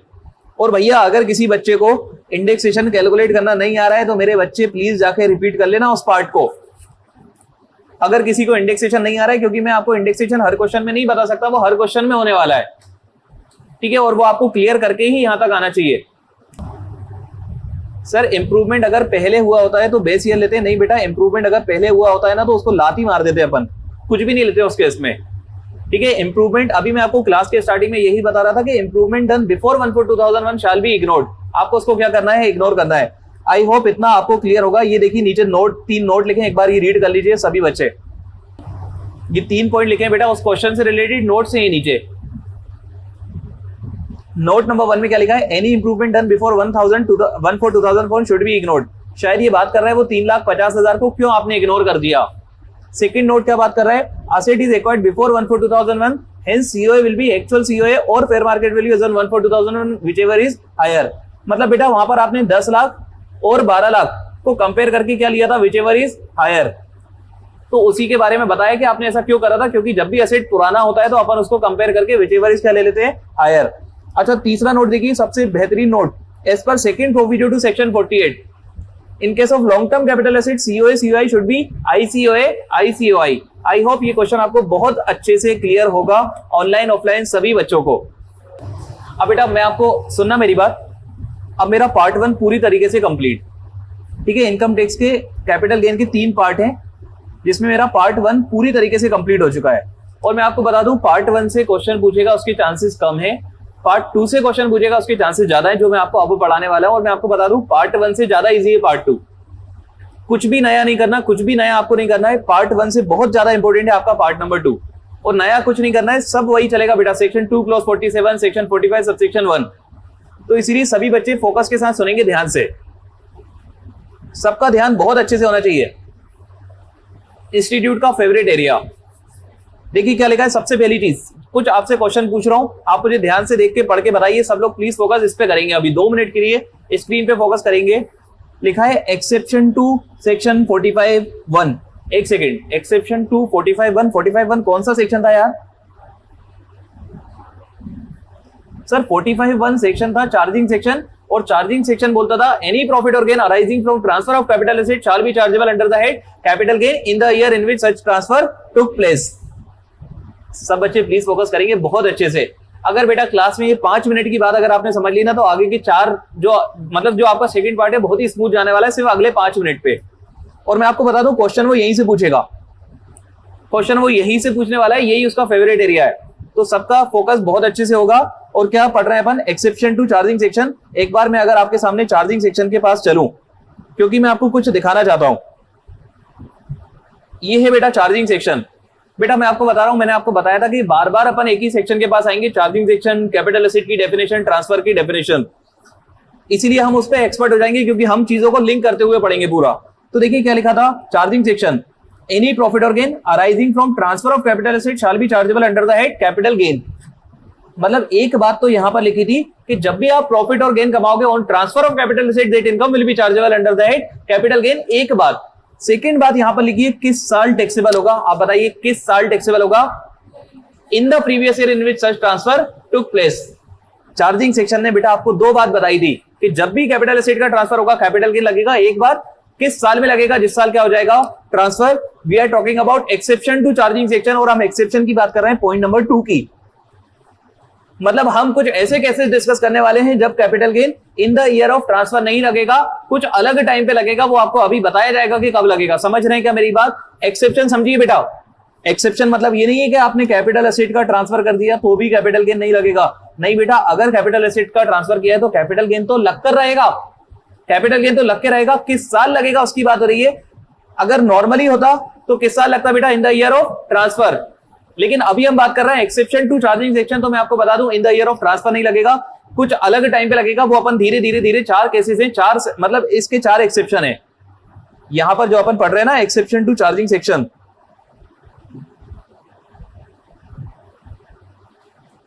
ये एक्सेप्शन टू चार्जिंग सेक्शन ये ना ऐसे टोटल 4 केसेस हैं, और ये चारों केसेस इंस्टीट्यूट के फेवरेट है। मतलब you can mark it most important part of capital gain, और बहुत ही सिंपल, बहुत ही इंटरेस्टिंग पार्ट, आपको मजा आ जाएगा। मैं जो आपसे बोल रहा था ना कि 2 दिन क्लास संभाल लीजिए, उसके बाद फिर मैं संभालूंगा, तो आप यहां से अब मैं संभालूंगा पूरी क्लास। तो बेटा चार्जिंग सेक्शन के 4 एक्सेप्शन, और एक्सेप्शन आप समझ गए होंगे, बच्चे ध्यान से सुनना। क्या एक्सेप्शन है आप मुझे एक बार बताएंगे, क्योंकि बच्चे को ये क्लियर होना चाहिए कि एक्सेप्शन है किस बात का।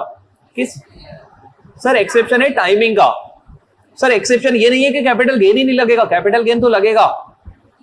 कब लगेगा सर? नॉर्मल होता है तो इन द ईयर ऑफ ट्रांसफर लगता है, उसमें लिखा है ना इन the year in which such transfer took place. लेकिन सर 45(1) के अंदर 4 केसेस हैं जहां पर capital gain in the year of transfer नहीं लगेगा, कहीं और लगेगा। वेट जाइए। चलिए अब बेटा सभी लोग बहुत ध्यान से सुनेंगे। पहला केस, और बहुत ही इंपॉर्टेंट केस, नाम तो आपने सुना ही होगा, मत करिएगा सब कुछ। आप लोग पता है क्या करिएगा, इसकी बुकलेट वगैरह भी बंद कर दीजिएगा, ऑनलाइन ऑफलाइन सभी बच्चे बुकलेट वगैरह भी बंद कर दीजिएगा, क्योंकि अभी समझना बहुत जरूरी है और बहुत ही इजी है। तो बेटा केस नंबर 1, चलिए सभी लोग फोकस करेंगे। क्या लिखा है? As per section 45(1) capital gain is chargeable to tax in the year of transfer. ये नॉर्मल बात बता रहा है कि नॉर्मली क्या होता है in the year of transfer, but in the following 4 cases below, जो आगे आप 4 केसेस पढ़ने वाले हो, capital gain is not taxable in the year of transfer. किसी और टाइम पे वो ट्रांसफर कैपिटल गेन लगने वाला है, और बेटा वो पत्ते हैं वो मैं अभी आपको नहीं बताऊंगा, वो धीरे धीरे अपन एक एक केस में डिस्कस करेंगे। पहला केस वेरी इंपॉर्टेंट, मैं तो आपको बता रहा हूं बेटा 4 केस में भी अगर सबसे इंपॉर्टेंट कोई केस है तो वो है केस नंबर 1। चारों केस बहुत इंपॉर्टेंट, 4 में सबसे इंपॉर्टेंट केस नंबर 1। मैं आपको बता रहा हूं बेटा ये केस इंपॉर्टेंस के हिसाब से ही पढ़ाए जा रहे हैं आपको। तो सबसे इंपॉर्टेंट क्या है? Conversion of capital asset into stock in trade. Aditya खड़े होकर मुझे सिर्फ इतनी सी बात बताएगा कि conversion of capital asset into stock in trade मतलब क्या होता है। और मैंने आपको कभी ना कभी मैंने आपको बताया था कि आगे जाके एक चीज पढ़ोगे जहां आपको ये कंसेप्ट मतलब ऐसा क्लियर हो जाएगा कि अभी तक तो आपने सिर्फ थ्योरेटिकली डिस्कस किया है। जी बताइए, खड़े हो जाइए। सर कल तक कोई एसेट मेरा कैपिटल एसेट था। कल सर वेरी गुड सर, कल तक मेरे पास बहुत सारी पुश्तैनी जमीन रखी थी, है ना, वो मैं उसमें कोई भी बिजनेस नहीं करता था, लेकिन आज मैंने उसमें ना प्लॉट्स काट दिए और मैं अब उस जमीन पे प्लॉट्स बेच रहा हूं। आज मैं क्या बन चुका हूं? बिल्डर। तो सर कल तक मेरी कोई चीज कैपिटल एसेट थी, आज मैंने इसको क्या बना दिया है? Stock in trade. उसी केस को क्या बोलते हैं बेटा? Conversion of capital asset into stock in trade. ठीक है। और अगर मैं आपको लिंक करवाना चाहूं, बैठ जाइए और सब खड़े हो जाइए। आप मुझे बताइए सेक्शन 2 क्लॉज 47 के अंदर क्या ऐसा कुछ लिखा था कि conversion of capital asset into stock in trade is transfer. आपको मैं याद दिला दूं, सभी बच्चों को था या नहीं था? पहले तो ये बता। था? बैठ जाओ सभी बच्चे, ध्यान से सुन ले। सेक्शन 2 क्लॉज 47 प्लीज पार्टिसिपेट भी करिएगा। Transfer include sale, exchange, relinquishment of asset, extinguishment of any right, compulsory acquisition under any law, conversion of capital asset into stock in trade. Conversion of capital asset into stock in trade, अरे yes और no? तो वहां पर भी मतलब आप समझिए मेरी बात को, सेक्शन 2 क्लॉज 47 में भी लिखा था कि transfer include conversion of capital asset into stock in trade. मुझे एक चीज बताइए, ये ट्रांसफर है और बेटा एसेट जा रहा है आपके पास से, कन्वर्ट हो रहा है, तो बेटा आप ट्रांसफर कर रहे हो कैपिटल एसेट का।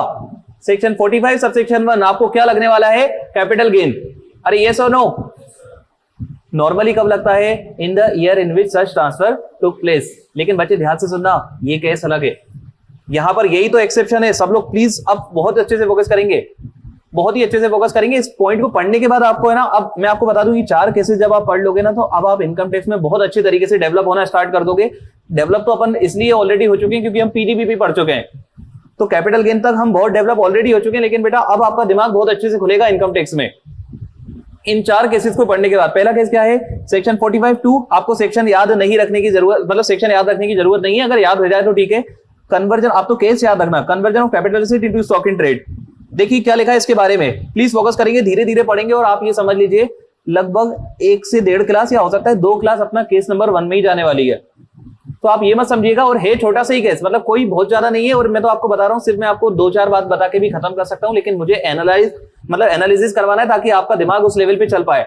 तो सब लोग प्लीज फोकस करेंगे। क्या लिखा है, पहली चीज, it is treated as transfer according to section 247। Yes, बिल्कुल एब्सोल्युटली क्लियर होना चाहिए, क्योंकि डेफिनेशन आपको रटी हुई है कि conversion of capital asset into stock in trade is transfer. तो यस, इट इज ट्रांसफर। तो आगे क्या लिखा है, capital gain shall arise where an assessee convert capital asset into stock in trade. Obviously बात है, जब भी आप कैपिटल एसेट को ट्रांसफर करोगे, कन्वर्ट करोगे इनटू स्टॉक इन ट्रेड, आपको क्या लगने वाला है, कैपिटल गेन, क्योंकि वो ट्रांसफर भी है, कैपिटल एसेट भी था चीज, मतलब कैपिटल एसेट भी है, ट्रांसफर भी है, मतलब क्या लगने वाला है, कैपिटल गेन। लेकिन देखिए क्या लिखा है, but it is taxable in the year in which such stock in trade is sold. ध्यान से सुनिएगा बच्चे, प्लीज फोकस करिएगा, बहुत अच्छे से पार्टिसिपेट करिएगा। अगर आपने केस नंबर 1 समझ लिया तो आगे के 2, 3, 4 केस आप मुझे समझा दोगे, सिर्फ मैं आपको बताऊंगा, आप मुझे लॉजिकली फ्लो में बता दोगे कि ऐसा ऐसा होने वाला है। तो मैंने आपको क्या सिखाया कि yes, conversion of capital asset into stock in trade आपका क्या है, ट्रांसफर। इस पे आपको क्या लगने वाला है, कैपिटल गेन, लेकिन इन द ईयर ऑफ ट्रांसफर नहीं लगेगा। Normally in the year of transfer लगता है, लेकिन इस केस में देखिए ना क्या लिखा है, सबसे इंपॉर्टेंट बात इस केस की, ग्रीन कलर से मार्क है बेटा। अगर कोई भी चीज आपके नोट्स में ग्रीन कलर से मार्क दिख जाए तो समझ जाना या तो बहुत ज्यादा इंपॉर्टेंट है या वो अमेंडमेंट है। तो देखिए क्या लिखा है, taxable in the year in which such stock in trade is sold. बच्चे प्लीज फोकस करिएगा, मेरा आपसे क्वेश्चन है, मैं आपसे कुछ क्वेश्चन पूछ रहा हूं, ध्यान से सुनना, मैं आपके सामने केस बना रहा हूं, प्लीज आंसर करिएगा, पार्टिसिपेट करिएगा। आपके पास ये एक प्रॉपर्टी थी, ये आपकी एंसेस्टर से एक लैंड थी जो आपके पास थी, तो ये आपका क्या था, कैपिटल एसेट। इसको आप बीइंग कैपिटल एसेट ही होल्ड कर रहे थे बहुत टाइम तक, फिर एकदम से आपको पता नहीं क्या चुल हुई और आपने इस पे क्या कटवा दिए, प्लॉट्स। तो ये प्लॉट्स अपन बराबर प्लॉट्स कटवा देते हैं, ये हो गए बेटा प्लॉट्स। सभी बच्चे फोकस करेंगे। आपने सोचा है, मैंने आपको क्या बताया था बेटा, अगर कोई चीज आप कन्वर्ट कर रहे हो तो कोई ऑफिशियली कुछ नहीं कर रहे हो, सिर्फ आप दिमाग में सोच रहे हो कि कल तक ये मेरा कैपिटल एसेट है, लेकिन आज मेरे लिए क्या हो चुका है, स्टॉक इन ट्रेड। कल तक कैपिटल एसेट कल तक था, आज क्या हो चुका है बच्चे, सर आज हो चुका है स्टॉक इन ट्रेड। अच्छा मेरे नालायक बच्चे, कोई मुझसे एसआईटी का फुल फॉर्म पूछे, इससे पहले मैं लिख देता हूं, एसआईटी मतलब स्टॉक इन ट्रेड। तो कल तक कोई एसेट मेरा क्या था, कैपिटल एसेट, आज वो क्या हो चुका है, स्टॉक इन ट्रेड। अब प्लीज फोकस करिएगा, आप मुझे बता दो, सिर्फ सोचा है, सिर्फ सोचा है बेटा, सिर्फ सोचा है। आप मुझे बताओ, सिर्फ सोचने से क्या आपके पास पैसा आया होगा, सिर्फ सोचने से क्या आपके पास पैसा आया होगा, नहीं। और पैसा नहीं आया तो कैपिटल गेन पे भी कहां से करोगे, समझो मेरी बात, सिर्फ सोच लेने पे, क्योंकि बेटा जब सोचा है ना उसी टाइम पे ट्रांसफर हो गया, जिस टाइम पे आपने सोचा है उस टाइम पे क्या हो चुका है, ट्रांसफर, मतलब कैपिटल गेन। अगर नॉर्मल होता तो कैपिटल गेन कब लग जाता, जब सोचा था। लेकिन बेटा दिक्कत की बात यह कि सोच लेने से, सोच तो बहुत कुछ लेते हैं, सोच लेने से कोई पैसा वैसा थोड़ी आता है। पैसा कब आएगा आप मुझे बताओ, सर जब हम ये प्लॉट्स बेचेंगे, जब ये प्लॉट्स बेचेंगे, जब ये बिल्डिंग्स बेचेंगे, जब ये फ्लैट्स बेचेंगे, बंगलो बेचेंगे, डुप्लेक्सेस बेचेंगे, तो हमारे पास क्या आएगा, पैसा। अरे यस और नो। तो बेटा ध्यान से सुनना, अभी सिर्फ आपने सोचा था, सरकार ने सोचने पे टैक्स तो लगा दिया था, लेकिन दिक्कत पता है सरकार को भी थी और आपको भी थी। दिक्कत सरकार को थी कि आपसे टैक्स ले तो ले कहां से, अभी आपके पास पैसे ही नहीं है। और आपको भी दिक्कत थी क्या, एक तो आपने सिर्फ सोचा, सोचने पे टैक्स लग गया, वो भी नगद। तो बेटा यहां पर सरकार ने बोला एक काम करो, हम आपको बेनिफिट देते हैं, हम आपको रिलैक्सेशन देते हैं। और रिलैक्सेशन क्या देते हैं कि आप एक काम करो, सिर्फ सोचने पे टैक्स तो लगेगा, उसका कोई एक्सेप्शन नहीं है, कैपिटल गेन तो लगेगा, लेकिन एक काम करो, जब ये प्लॉट्स बेच दोगे तो आपके पास क्या आएगा, पैसा। तो जब आपके पास पैसा आ जाएगा, आप हमें क्या पे कर देना, कैपिटल गेन। सब लोग प्लीज फोकस करेंगे। अगर मैं आपसे पूछूं, ध्यान देना सब लोग, प्लीज पार्टिसिपेट करना, बहुत ही इंटरेस्टिंग। ईयर ऑफ ट्रांसफर बताइए मुझे कब है, sir year of transfer is conversion date. जिस दिन सोचा, जिस दिन कन्वर्ट किया, वही हमारी क्या हो जाएगी, ईयर ऑफ ट्रांसफर। तो बेटा इस क्वेश्चन में फॉर एग्जांपल मैं आपको है ना एक एग्जांपल है ना थोड़ा सा अच्छा ही बना देता हूं इसको। ये बेटा सोचा है, और सोचा आपने कब है, 19-20 में। तो 19-20 में आपने सोच लिया था, मतलब आप मुझे बताइए ना ट्रांसफर किस साल हो चुका है, सर ट्रांसफर हो चुका है 19-20। लेकिन बेटा ये जो प्लॉट्स वगैरह है ना, ये आपने सेल करे हैं 22-23 में। तो आप मुझे बताइए ट्रांसफर तो कब हो चुका है 19-20, लेकिन सेल्ड पैसा कब आया है 22-23। तो आप मुझे बताइए ईयर ऑफ ट्रांसफर तो 19-20 है, लेकिन ईयर ऑफ कैपिटल गेन अगर मैं आपसे पूछना चाहूं, sir year of capital gain will be 22-23। Computation calculation में कोई फर्क नहीं है, जो सीखा वही है, सिर्फ आपको मेन चीज क्या ध्यान रखनी है, year of transfer, conversion date, year of capital gain, जिस साल आपने क्या बेचा है बेटा, स्टॉक इन ट्रेड। मेरा आपसे क्वेश्चन है, प्लीज फोकस करिएगा। और पहले क्वेश्चन में ऑनलाइन वाले बच्चों से पूछना चाहता हूं, आप लोग नहीं बोलेंगे। मेरा आपसे क्वेश्चन है बेटा, यहां पर आपके 100 फ्लैट्स हैं या 100 प्लॉट हैं, इसमें से आपने अभी तक, इसमें से बेटा आपने पता है 22-23 के अंदर, 22-23 में आपने 60 प्लॉट बेच दिए, 60, और 23-24 में आपने बचे हुए 40 प्लॉट बेचे। तो आप मुझे बताइए कायदे से, अगर प्रिंसिपल ऑफ नेचुरल जस्टिस की बात करें तो 60 प्लॉट आपने कब बेचे 22-23, और 23-24 में कब बेचे, कितने बेचे 40। तो आप मुझे बताइए ना कितना कैपिटल गेन 22-23 में आना चाहिए 60 प्लॉट का, और कितना 23-24 में आना चाहिए 40 प्लॉट का। आप समझिए ना, स्टॉक इन ट्रेड में हो सकता है आप एक प्लॉट बेच देते, तो एक प्लॉट आप 10 लाख का बेचते और कैपिटल गेन आपको करोड़ों पे करना है। समझिए मेरी बात को। तो सरकार ने आपसे पता है क्या बोला कि जब आप स्टॉक इन ट्रेड बेचोगे उस टाइम पे क्या आएगा, कैपिटल गेन। लेकिन अगर आप स्टॉक इन ट्रेड धीरे धीरे बेचोगे तो हम भी कैपिटल गेन आपको धीरे धीरे लगाएंगे in proportion of stock in trade का जितना भी सोल्ड होगा। समझ रहे हैं क्या मेरी बात? तो अगर अपने एग्जांपल की बात करूं मैं, नहीं बेटा अभी प्लीज कुछ भी मत करिएगा, बुकलेट वगैरह मत खोलिएगा, पहले केस समझ लीजिए, बुकलेट में अपन देखेंगे, अभी पहले समझ लीजिए। 60 प्लॉट्स आपने बेच दिए 22-23 में, तो आप मुझे बताइए total capital gain. For example एक फिक्शनल फिगर ले लेता हूं, एक नोशनल फिगर ले लेता हूं, फिक्शनल नहीं नोशनल फिगर ले लेता हूं, कि आपका जो कैपिटल गेन आ रहा है ना वो आ रहा है बेटा 1 करोड़। तो आप मुझे बताइए ना 1 करोड़ कितने प्लॉट पे है, 100। आपने 22-23 में बेचे कितने हैं 60 प्लॉट, तो यहां पर कितना आना चाहिए 60 lakh. 60 lakh long term, 60 lakh capital gain कहां आना चाहिए 22-23 में, और बेटा 23-24 में कितना आना चाहिए 40 लाख। आप समझ रहे हैं क्या? प्रोपोर्शनेट हो रहा है बेटा, प्रोपोर्शनेट हो रहा है। और किस रेशियो में प्रोपोर्शनेट हो रहा है? इन द ईयर, जिस रेशियो में आप स्टॉक इन ट्रेड को धीरे धीरे बेच रहे हो। क्या आपको इतनी बात क्लियर है? चलिए एक बार मैं इसको पहले रिवाइज करवा देता हूं, फिर अपन इसको सिस्टमेटिक तरीके से देखेंगे। अभी सिर्फ एग्जांपल के थ्रू आपके दिमाग में बात डालना चाहता था कि क्या होने वाला है और क्या हो रहा है। बता सब कुछ दिया है आपको, एक तो नई चीजें और इसी में एड ऑन करवा दूंगा और ये कंसेप्ट खत्म हो जाएगा। और ये कंसेप्ट बहुत इंपॉर्टेंट है, फिर उस पर पीडीवीपी नहीं लगेगा। किसने बोला पीडीवीपी नहीं लगेगा? अगर स्टॉक इन ट्रेड बेचोगे तो क्या लगेगा पीडीवीपी, कैपिटल एसेट सोचोगे तो क्या लगेगा। मतलब अभी अपन बात करेंगे ना बेटा, आगे का क्वेश्चन मत पूछो।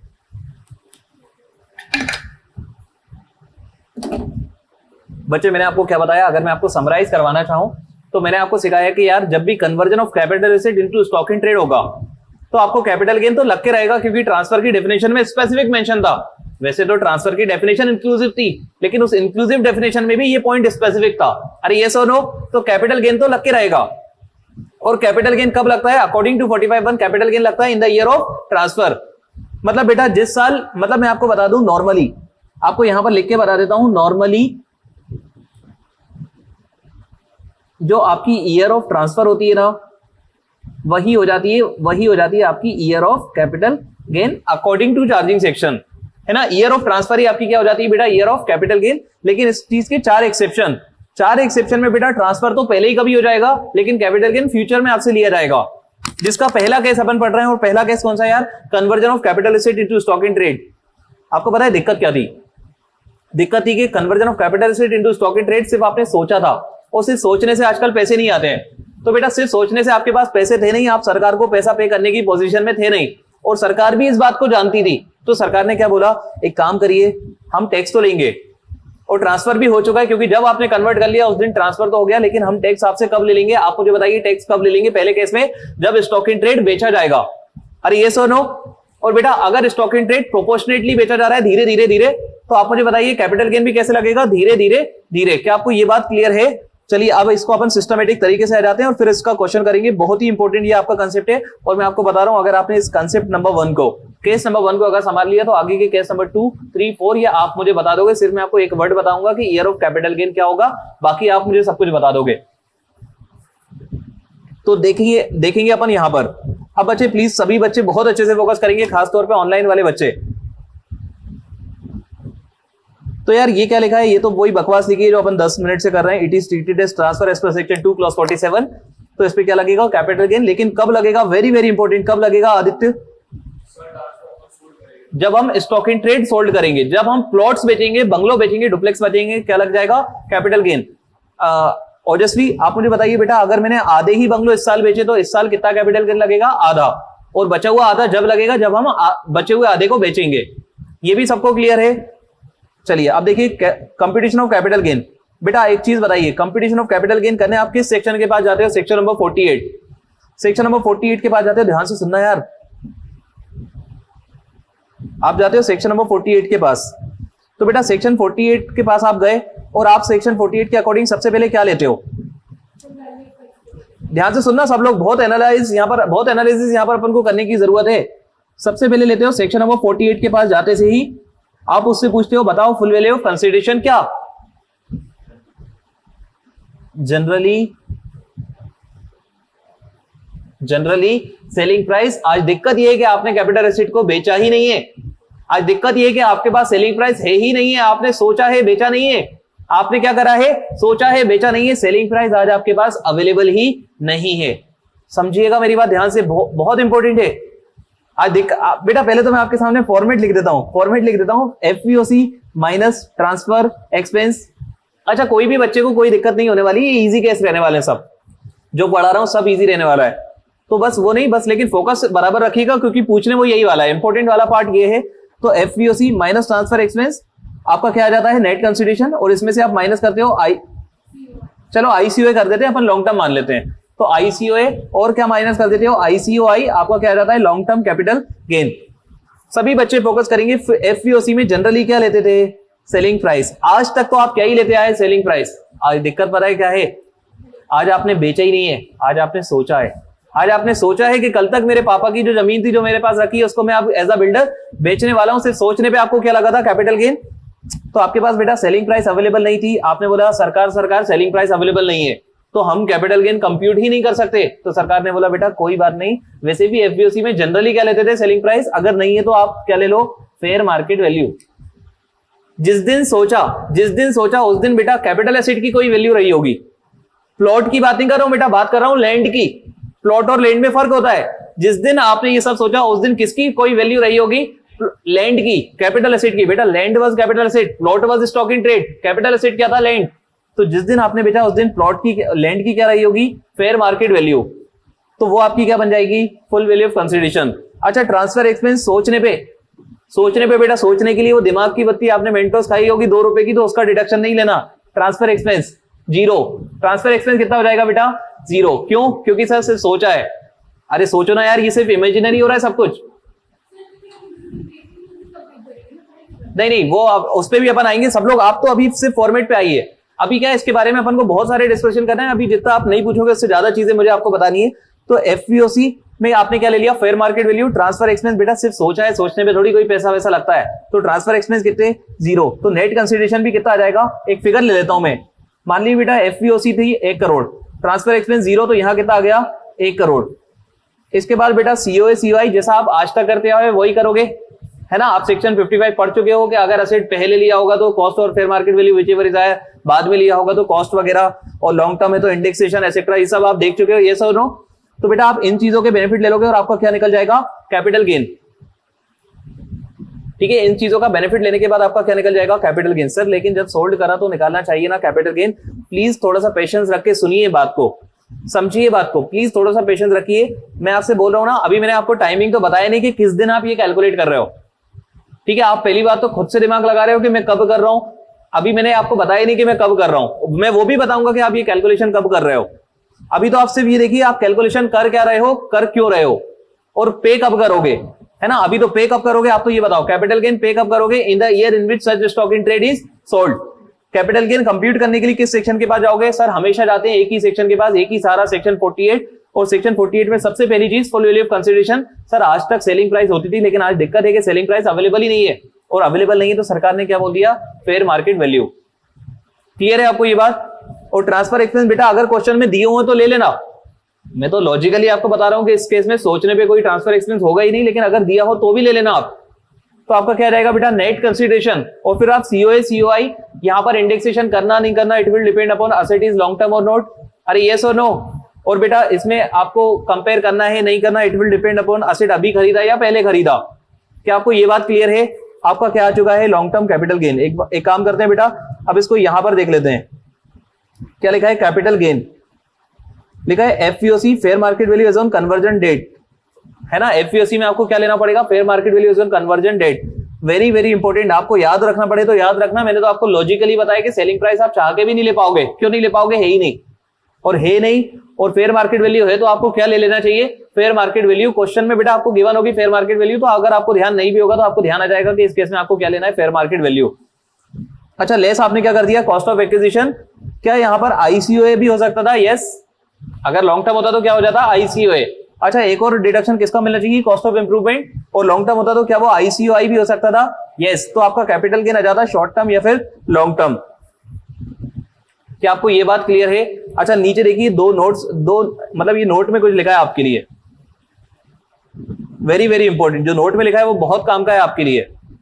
क्या लिखा है बच्चे, amount recorded in books not relevant. आपको ध्यान से सुनना यार, सेलिंग प्राइस नहीं है आपके पास, सेलिंग प्राइस नहीं है तो आपको जाना तो ऑल्टरनेटिव मीन के पास है। लेकिन ऑल्टरनेटिव मीन में अगर क्वेश्चन में आपको अमाउंट रिकॉर्डेड इन बुक्स वगैरह दे दिया जाए, आप उसको इग्नोर कर देना, क्योंकि आपको लेना क्या है, फेयर मार्केट वैल्यू। आपको याद रखनी है ये चीज, ठीक है। अगर क्वेश्चन में बेटा अमाउंट रिकॉर्डेड इन बुक्स भी गिवन है तो आप उसको लात मार दोगे और क्या कंसीडर करोगे, फेयर मार्केट वैल्यू। अब मुझे एक चीज बताइए, अभी अपन एक क्वेश्चन करेंगे, क्रिस्टल क्लियर हो जाएगा, इतना क्लियर हो जाएगा ना कि ऐसा मजा आ जाएगा आपको करने के बाद। लेकिन वो क्वेश्चन अभी नहीं करेंगे अपन, वो क्वेश्चन तो अपन बाद में करेंगे। अभी तो मैं आपसे एक चीज पूछ रहा हूं, सिंपल सी चीज। आपने स्टॉक इन ट्रेड बेचा,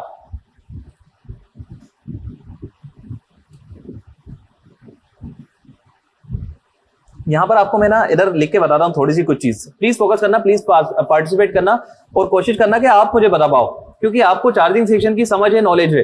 ध्यान दीजिएगा, आपने कैपिटल एसिड कन्वर्ट करा, मतलब आपने सिर्फ सोचा, सोचने पे आपको क्या लग गया, कैपिटल गेन। सोचने पे आपको क्या लग गया, कैपिटल गेन। लेकिन किस साल में लगा जाकर, year in which stock in trade is sold. अच्छा, कैपिटल एसिड मतलब आपका क्या था, लैंड। कैपिटल एसिड मतलब आपका क्या था, लैंड। आपने लैंड को कन्वर्ट किया, सिर्फ सोचा है, आपको क्या लग गया, कैपिटल गेन। लेकिन टैक्स किस साल आपको पे करना पड़ा, जिस साल आपने स्टॉक इन ट्रेड बेचा। Mark my word, stock in trade बेचा, स्टॉक इन ट्रेड बेचा। Section number 28 charging section of PGBP, any profit or gain arising from transfer of, एक second, section number 28, any profit or gain arising from business or profession. पहला ही point, any profit or gain arising from business or profession shall be taxable under the act PGBP. Stock in trade बेचना, business करना है, stock in trade बेचना, business करना है, तो stock in trade बेचने पे आपको एक और टैक्स लगना चाहिए, एक और इनकम आपकी आनी चाहिए, पीडीबीपी। सर कैपिटल गेन भी लग रहा है, पीडीबीपी भी लग रहा है। यस बेटा, कैपिटल गेन भी लगेगा, पीडीबीपी भी लगेगा। आप समझ रहे हैं मेरी बात को? कैपिटल गेन लग रहा है क्योंकि आप लैंड का ट्रांसफर कर रहे हो, स्टॉक इन ट्रेड लग रहा है क्योंकि आप प्लॉट को बेच रहे हो। समझिए मेरी बात, सरकार ने आपको रिलैक्सेशन दिया था तो उस रिलैक्सेशन को आप डबल टैक्सेशन से मत जोड़ देना कि सर 2 बार टैक्स क्यों लग रहा है। बेटा सर, आप मुझे बताइए ना, अगर सरकार उसी साल आपसे टैक्स ले लेती तो क्या कैपिटल गेन लग जाता? यस। आगे प्लॉट बेचते तो भी तो आपको पीडीबीपी लगने वाला था। तो प्लीज बच्चे फोकस करिएगा, प्लीज बच्चे फोकस करिएगा। डबल इनकम नहीं होगी, वो मेरी गारंटी है। वो मैं आपको बता दूं, आपके जितने भी क्वेश्चन है ना, आप सबके, ये फेस टू फेस वाले, ऑनलाइन वाले बच्चे, सभी बच्चे सब है ना, सिर्फ पेशेंस के साथ अभी क्लास को सुनते रहें, सिर्फ पेशेंस के साथ। पहला क्वेश्चन कराऊंगा बेटा, मेरे खुद का बनाया हुआ क्वेश्चन है और इतना शानदार वो क्वेश्चन है, बनाया हुआ है कि आपके हर कंसेप्ट क्लियर हो जाएंगे। किस टाइम पे आपको क्या कैलकुलेट करना है, किस टाइम पे आपको क्या करना है, सब कुछ क्लियर हो जाएगा। सब कुछ आसान रहने वाला है, सब कुछ आसान, सिर्फ पेशेंस, ठीक है। क्योंकि मैं आपको एक ही साथ है ना 10 चीजें एक साथ बताऊंगा तो आप ही बेरा जाओगे, इसलिए मैं आपको धीरे धीरे ही चीजें दूंगा ताकि आप उसको पकड़ पाओ। तो सब लोग ध्यान से देखना, आपने यहाँ पर कैपिटल एसेट मतलब लैंड ट्रांसफर किया था, इसलिए आपको क्या लगा था, कैपिटल गेन लगा कब था, इन the year in which stock in trade is sold. बेटा जिस साल आप स्टॉक इन ट्रेड बेच रहे हो उस साल स्टॉक इन ट्रेड तो बेच ही रहे हो, तो आपको क्या तो लगना ही चाहिए, पीडीबीपी। अरे यस और नो, समझ रहे क्या मेरी बात आप लोग? चलिए अब मैं आपको बताऊं बेटा, पीडीबीपी जब भी लगता है ना, तो वैसे तो आप वो सेक्शन 28, सेक्शन 41, सेक्शन 30 से लेके 37 ऐसा कुछ करते हो, लेकिन बेटा जब ये conversion of capital asset into stock in trade का क्वेश्चन आएगा ना, तो वो एक सिंपल सा आपको क्वेश्चन देगा जहां पर सेलिंग प्राइस होगी और परचेज प्राइस होगी। अरे यार ये भी तो यही हो रहा था, यहां पर भी ये जो आप कर रहे थे ना, ये भी तो आप यही कर रहे थे सर। यहां पर लिख रहे थे इनकम और यहां पर लिख रहे थे एक्सपेंस, जो बच रहा था वो क्या था, पीडीबीपी। ऐसे ही था ना। तो बेटा यहां पर जब भी स्टॉक इन ट्रेड बेचोगे ना, तो स्टॉक इन ट्रेड बेचोगे मतलब सर सेलिंग प्राइस होगा स्टॉक का। सर प्लॉट 10 प्लॉट बेचे बेटा, तो 10 प्लॉट का क्या होगा, सेलिंग प्राइस। सेलिंग प्राइस ले लोगे, यस। अरे यस और नो, प्लीज फोकस करिएगा। सेलिंग प्राइस ले लिया, यस। बेटा इसमें से अगर आप परचेज प्राइस माइनस कर दो तो आपका क्या आ जाएगा, पीडीबीपी। फोकस करना मेरी बात। पीडीबीपी पे जब पीडीबीपी का क्वेश्चन आएगा तो बहुत डिटेल्ड क्वेश्चन आएगा, वहां पर आपको वो सब कुछ करना पड़ता है जो आपने फुल फ्लेज क्वेश्चन के अंदर सीखा। लेकिन बेटा जब केस नंबर 1 आ रहा है कैपिटल गेन के अंदर, तो अगर वो पीडीबीपी का पार्ट पूछ भी रहे तो बड़ा सिंपल होने वाला है। सेलिंग प्राइस और परचेज प्राइस का डिफरेंस ही क्या हो जाएगा आपका, पीडीबीपी। सेलिंग प्राइस आपको क्वेश्चन में गिवन होगा। दिक्कत की बात ये है, अच्छा परचेज प्राइस, दिक्कत की बात पता है क्या है, परचेज प्राइस आपके पास है नहीं, क्योंकि कभी आपने प्लॉट खरीदा ही नहीं था। आप समझो मेरी बात। सेलिंग प्राइस तो है आपके पास क्या नहीं है बेटा, परचेज प्राइस। क्यों नहीं है, आप समझ रहे हैं लॉजिक। आपके पास परचेज प्राइस था लैंड का, जिसका आप बेनिफिट लैंड के कैपिटल गेन में ले चुके हो। आपके पास प्लॉट का कोई परचेज प्राइस ही नहीं है, ठीक है। तो प्लॉट के परचेज प्राइस का क्या करना है ये अपन देखेंगे नेक्स्ट एपिसोड में, अगले वाले एपिसोड में अपन देखेंगे। अभी के लिए मैं इस क्लास को यहीं पर खत्म कर रहा हूं, यहीं पर, ठीक है। सभी लोग बेटा एक बार मेरे सामने चार्जिंग सेक्शन रिपीट करेंगे। 45 subsection 1, any profit or gain arising from transfer of capital asset shell be chargeable under the head capital gain in the year in which such transfer took place. यहां पर ये जो line लिखी है ना, इन the year in which such transfer took place, इसी line के 4 exception number 1, जिसको मैंने केस नंबर 1 नाम दिया, conversion of capital asset into stock in trade. एक काम करेंगे, आप खड़े हो जाइए, आप मुझे बताइए what is conversion of capital asset into stock in trade.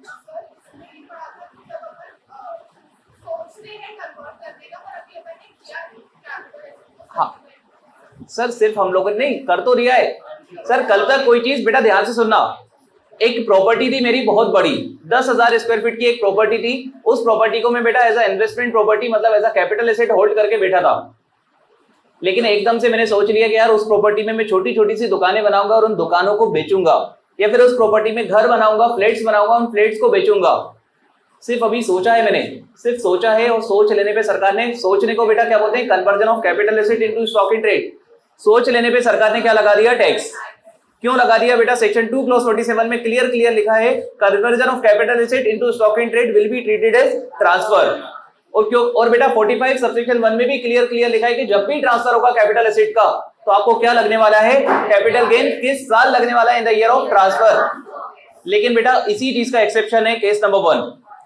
तो सब लोग फोकस करेंगे बेटा यहां पर।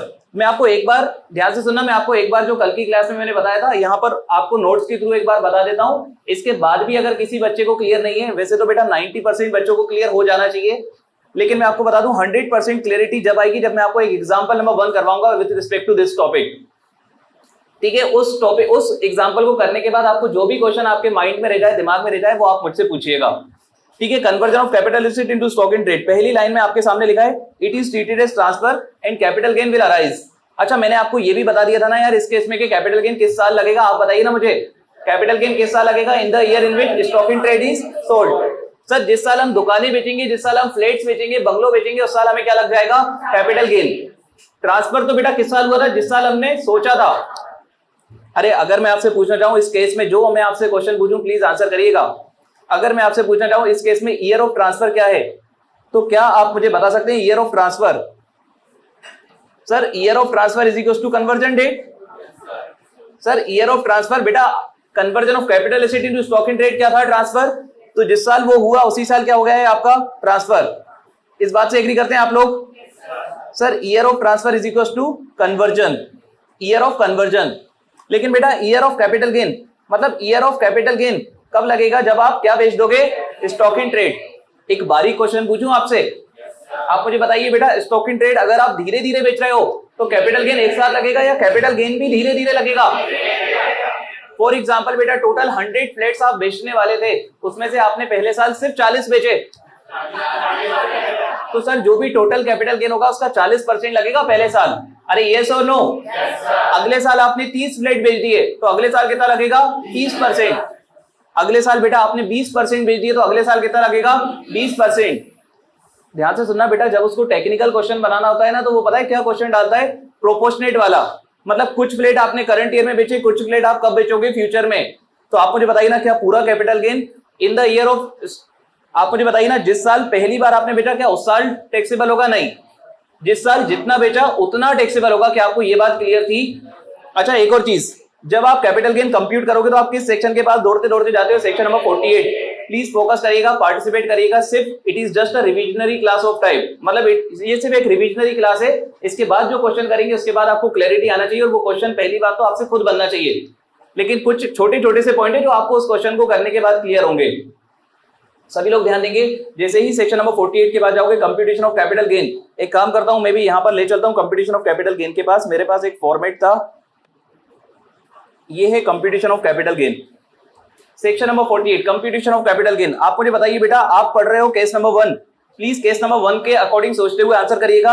आपने सीखा था कि सर फुल वैल्यू कंसिडरेशन में जनरली क्या आता है? Selling price. लेकिन आप मुझे बताओ, आज आपके पास सेलिंग प्राइस अवेलेबल ही नहीं है, तो बेटा आपको क्या लेना है? Fair market value. ध्यान से सुनना बेटा, एग्जाम में वो आपको कंफ्यूज करने के लिए फेयर मार्केट वैल्यू भी देगा, कुछ और भी दे सकता है, लेकिन बेटा आप सबको लात मार दोगे। आपको एक ही वर्ड बस ध्यान रखना है, that is fair market value. क्या आपको ये बात क्लियर है? अच्छा, सिर्फ सोच लेने में बेटा कोई खर्चा नहीं होता, लेकिन अगर फिर भी क्वेश्चन में ट्रांसफर एक्सपेंस दिया है तो आप ट्रांसफर एक्सपेंस क्या कर दोगे? माइनस। आप बेटा ट्रांसफर एक्सपेंस माइनस कर दोगे तो आपका क्या आ जाएगा? Net consideration. अच्छा, नेट कंसीडरेशन में से आप सीओए माइनस करोगे, सीओआई माइनस करोगे, तो आपका क्या आ जाएगा बेटा? Capital gain. ध्यान से सुनिएगा मेरी बात, अगर एसेट आपका लॉन्ग टर्म कैपिटल एसेट होगा तो आप सीओए नहीं करोगे, आप क्या माइनस करोगे? आईसीओए और आईसीओआई। क्या आपको ये बात क्लियर है? अच्छा, मेरा आपसे एक क्वेश्चन और सटीक क्वेश्चन, आप मुझे प्लीज आंसर करिएगा। क्या सिर्फ कैपिटल गेन लगेगा जब स्टॉक इन ट्रेड बेचोगे? किसी बच्चे ने मेरे बताने से पहले भी मुझसे क्वेश्चन पूछा था कि सर स्टॉक इन ट्रेड बेच रहे हैं, पीजीबीपी भी लगना चाहिए। ऑब्वियसली बात है बेटा, पीजीबीपी लगेगा, क्योंकि any profit or gain arising from business or profession shell be chargeable under the head PGBP. अब किसी बच्चों का क्वेश्चन होगा सर डुअल टैक्सेशन होगा, तो अपन धीरे धीरे करके सब कुछ समझ लेते हैं, उसके बाद आपको समझ आएगा कि डुअल टैक्सेशन नहीं होगा। अब मेरी बात ध्यान से देखिए, क्या आपको सेक्शन नंबर 48 के अकॉर्डिंग कैपिटल गेन का कंप्यूटेशन क्लियर है? यस। और बेटा अगर मैं आपको इस क्वेश्चन में बताना चाहूं कि पीजीबीपी का कैसा क्या कंप्यूटेशन होगा, तो बड़ा सिंपल है, यहीं पर बताता हूं। एक काम करता हूं बेटा, यही बता देता हूं मैं आपको। पीजीबीपी आपको इस कैपिटल गेन में जब बेटा पीजीबीपी कंप्यूट करने को आएगा तो बड़ा ही सिंपल आएगा, selling price minus purchase price ही आपका क्या हो जाएगा? प्रॉफिट। अरे यही तो होता है प्रॉफिट बेटा, कॉस्ट और सेलिंग प्राइस के डिफरेंस को ही क्या बोलते हैं? प्रॉफिट। तो यार अगर सेलिंग प्राइस है 120 और बेटा परचेज प्राइस है 100, तो आप मुझे बताइए ना प्रॉफिट कितना? और आपने यही तो पढ़ा था, any profit or gain arising from business or profession shell be chargeable under the head PGBP. समझ रहे हैं क्या मेरी बात? बस बेटा ध्यान से सुनना सभी लोग ध्यान से सुनना। सेलिंग प्राइस, परचेज प्राइस, लेकिन परचेज प्राइस के अलावा कोई खर्चे भी हो सकते हैं। तो यार सेलिंग प्राइस है 150, बेटा सेलिंग प्राइस है आपकी 150 और परचेज प्राइस है 100। ध्यान से सुनिएगा, एक चीज है जो आप कितने में बेच रहे हो? 150 में, और आपने खरीदी कितने में थी? 100 में बेटा, लेकिन उस चीज को बेचने से रिलेटेड आपने 20 रुपए खर्चे भी किए थे। तो आप मुझे बताइए टोटल मतलब फाइनल आपका प्रॉफिट कितना होना चाहिए? 30। बेटा मैं आपको एक चीज बताऊं, कितना भी कॉम्प्लिकेटेड कुछ भी कर दूं, ये तो कॉम्प्लिकेटेड आने ही नहीं वाला। कितना भी कर दूं, आप प्रॉफिट तो मुझे कैलकुलेट करके बता ही दोगे। आप दो चीजों को कंपेयर करोगे और प्रॉफिट निकल जाएगा बेटा आपका। तो मैं बस आपको इतना सिखाना चाहता हूं कि जब आप स्टॉक इन ट्रेड, जब आपका conversion of capital asset into stock in trade होगा, उस टाइम कैपिटल गेन भी लगेगा और क्या भी लगेगा? पीजीबीपी। और कब लगेगा बेटा? दोनों चीज एक ही टाइम पे लगेंगी। मैं आपको बताऊं कब, जब आप क्या बेचोगे? Stock in trade. क्या आपको इतनी बात क्लियर है? चलिए एक काम करते हैं बेटा, इस कंसेप्ट पे 1 मिनट आते हैं। कहां गया वो कंसेप्ट? चलिए ये देखिए सभी लोग बेटा, बहुत अच्छे से देख लेना, क्योंकि केस नंबर 1 आप जैसे ही समझ गए ना, case number 2, case number 3, case number 4 चाहूं तो एक ही क्लास में सब खत्म हो जाएंगे। सिर्फ केस नंबर 1 में आपको समझना है चीजों को। तो केस नंबर 1 में आपने क्या देखा? फुल वैल्यू कंसिडरेशन में क्या लिया? Fair market value. और आप कैपिटल, यहां तक तो सबको क्लियर है, यहां तक सबको क्लियर है। 2 लाइन आपके लिए लिखी है, क्या लिखा है? Amount recorded in books not relevant, what is relevant? आप मुझे बताइए क्या रिलेवेंट है?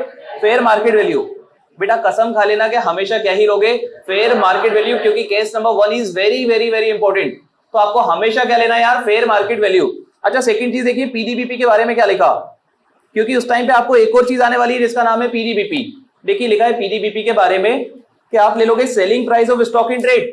अरे आपने स्टॉक इन ट्रेड बेचा है, आप क्या ले लोगे? Selling price. अपने एग्जांपल में अभी अपन ने 150 लिया था, उसमें से आप क्या माइनस करोगे? Fair market value of asset on conversion date.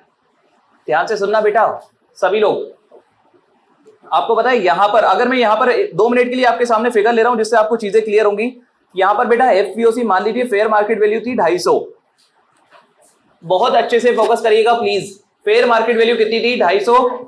Cost of acquisition में आपको अज्यूम करवा रहा हूं, मान लीजिए 100 थी, तो आप मुझे बताइए कैपिटल गेन कितना? 150। अब बेटा जब आप स्टॉक इन ट्रेड बेचोगे तो इतने में ही बेचोगे या इससे तो ज्यादा में ही बेचोगे? इससे ज्यादा में बेचोगे। तो बेटा यहां पर आपने बेचा 600 में, सेलिंग प्राइस कितनी? 600। अच्छा माइनस आपको करना है परचेज प्राइस। दिक्कत पता है क्या है बेटा? ध्यान से सुनना, दिक्कत ये है कि आपके पास परचेज प्राइस है ही नहीं। और क्यों नहीं है उसकी वजह बताऊं मैं आपको। आपने प्लॉट या फिर बंगलो या फिर दुकानें कभी खरीदी नहीं थी, आपने खरीदी क्या थी? लैंड। तो आपके पास कोई भी क्या नहीं है बेटा? Purchase price. तो इस केस में परचेज प्राइस पता है क्या मान ली जाएगी? बेटा ध्यान से सुनना, वेरी वेरी इंपॉर्टेंट। जो फेयर मार्केट वैल्यू ऊपर कैपिटल गेन में टैक्सेबल हुई थी ना, वही फेयर मार्केट वैल्यू पीडीबीपी कैलकुलेट करते टाइम आपकी बन जाएगी परचेज प्राइस। समझना मेरी बात। जो फेयर मार्केट वैल्यू ऊपर आपकी कैपिटल गेन कंप्यूट करते टाइम क्या हुई थी? टैक्सेबल, वही आपकी क्या बन जाएगी बेटा? वही आपकी क्या बन जाएगी? Purchase price while calculating PGBP. Logic है हर चीज का। आप मुझे बताइएगा क्या लॉजिक है और क्यों ऐसा हो रहा है। अच्छा एक और चीज और बेटा, अगर कोई एक्स्ट्रा कोई एक्सपेंस होगा और कोई अदरवाइज खर्चे होंगे तो वो भी आपको क्या करने को मिल जाएंगे? माइनस। For example 50। तो आप मुझे बताइए पीडीबीपी कितना? 300। कैपिटल गेन कितना बेटा? 150। पीडीबीपी कितना? 300। प्लीज ध्यान दीजिएगा, प्लीज फोकस करिएगा। अभी मैं आपको एग्जांपल नंबर 1 करवाऊंगा, क्रिस्टल क्लियरिटी हो जाएगी वहां से। लेकिन अब भी आप पकड़ने की कोशिश करिए कंसेप्ट को, क्योंकि लॉजिक मुझे नहीं, आप मुझे बताइए लॉजिक क्या है इस 250 को यहां लेने का? To avoid double taxation. Same income को 2 बार टैक्स नहीं लगाना चाहते। सरकार बोल रही है फेयर मार्केट वैल्यू तक आपने टैक्स कहां पर देना है? Capital gain. और फेयर मार्केट वैल्यू से ऊपर टैक्स आपको कहां देना है? पीडीबीपी। समझ रहे हैं क्या मेरी बात? ध्यान से सुन लीजिए वापस अच्छे से। एक काम करिए, पीछे से कोई भी बच्चा, 5 में से कोई भी बच्चा हाथ खड़ा करके खुद बताएगा कि वही फेयर मार्केट वैल्यू नीचे क्यों ली जा रही है। कोई भी बच्चा पीछे लास्ट में से। हाँ ऑस्टिन खड़े हो जाइए। यस सर, ताकि डबल टैक्सेशन ना हो। आपको बेटा समझ आना चाहिए कि सरकार एक ही चीज पे बेटा बेच आप एक ही चीज रहे हो। पता है क्या आप क्या बेच रहे हो? Stock in trade. लेकिन आपको टैक्स 2 हेड में लग रहा है, कैपिटल गेन और पीडीबीपी। तो बेटा एक ही इनकम पे, एक ही पैसे पे 2 बार टैक्स ना लग जाए, इसलिए सरकार ने आपको यहां पर किस चीज का बेनिफिट दिया था? Fair market value. मतलब सरकार ने आपको बोला था कि फेयर मार्केट वैल्यू हम टैक्सेबल कर देंगे, तो बेटा उन्होंने फेयर मार्केट वैल्यू आपकी टैक्सेबल कर दी थी। तो बेटा फेयर मार्केट वैल्यू जैसे ही आपकी टैक्सेबल हुई, जब आप पीडीबीपी कंप्यूट करोगे आप कितने अमाउंट तक ऑलरेडी कैपिटल गेन में टैक्स पे कर चुके हो? 250 रुपए तक। तो बेटा जब आप पीडीबीपी कैलकुलेट करोगे तो सरकार बोलती है एक काम करो, जिस 250 रुपए पे आपने कैपिटल गेन पे करा था ना, वही आपकी क्या बन जाएगी? Purchase price. समझ रहे हैं क्या मेरी बात? वही आपकी क्या बन जाएगी? Purchase price. मतलब अगर कोई बच्चा यहाँ पर सही तरीके से दिमाग लगाएगा ना, उसको समझ आ जाएगा कि यहाँ पर डुअल टैक्सेशन नहीं हो रहा है, बल्कि सरकार डुअल टैक्सेशन को अवॉइड कर रही है थ्रू दिस कंसेप्ट। क्या आपको ये बात क्लियर है? अच्छा एक काम और करते हैं, नीचे 2 नोट लिखे। पहला नोट कौन पढ़ेगा और कौन मुझे बताएगा खुद से? मैं तो बेटा सब कुछ बता चुका हूं, ऐसा कुछ नहीं है जो इस टॉपिक में मैंने आपको कल ही नहीं बताया। सर जितना हमने प्रोपोर्शनेट बेचा है, बेटा ध्यान से सुनना, अगर आपने पूरे प्लॉट बेच दिए तो पूरा कैपिटल गेन आ जाएगा उसी साल। लेकिन अगर आपने कम बेचे तो क्या कुछ कम कैपिटल गेन आएगा? यस, वही पॉइंट इस पॉइंट में लिखा है बेटा। क्या लिखा है? If any part of stock in trade is sold then only part capital gain shall arise in the year in which such part is sold. और लिखा है प्रोपोर्शनेट। सीधी सी बात है यार, 100 में से अगर 40 ही बेचे तो मतलब 40 वाला कैपिटल गेन आएगा इस साल। फिर अगले साल बेटा आपने 30 बेचे तो 30 वाला कब आ जाएगा? अगले साल। बैठ जाइए, वेरी गुड। अच्छा सेकंड वाला पॉइंट जो है ना, ये इसको आप होल्ड कर लीजिए, ये आपके कोई भी काम का अभी के लिए नहीं है। तो दिस वाज, मैं आपको बता दूं बेटा, आज मैंने आपको नया एक शब्द भी नहीं पढ़ाया। कल जो पढ़ाया ना मैं आपको वही बता रहा था। बस आप आ जाइए एक क्वेश्चन पर, एग्जाम्पल। इस एग्जाम्पल के बाद आपको 100% क्लैरिटी होना चाहिए। चलिए फोकस करिएगा बच्चे, ध्यान से सुनना, take it very very seriously. बहुत ही इंपॉर्टेंट ये क्वेश्चन है और इंस्टीट्यूट का फेवरेट क्वेश्चन है ये। इंस्टीट्यूट का फेवरेट क्वेश्चन है ये, conversion of capital asset into stock in trade का क्वेश्चन।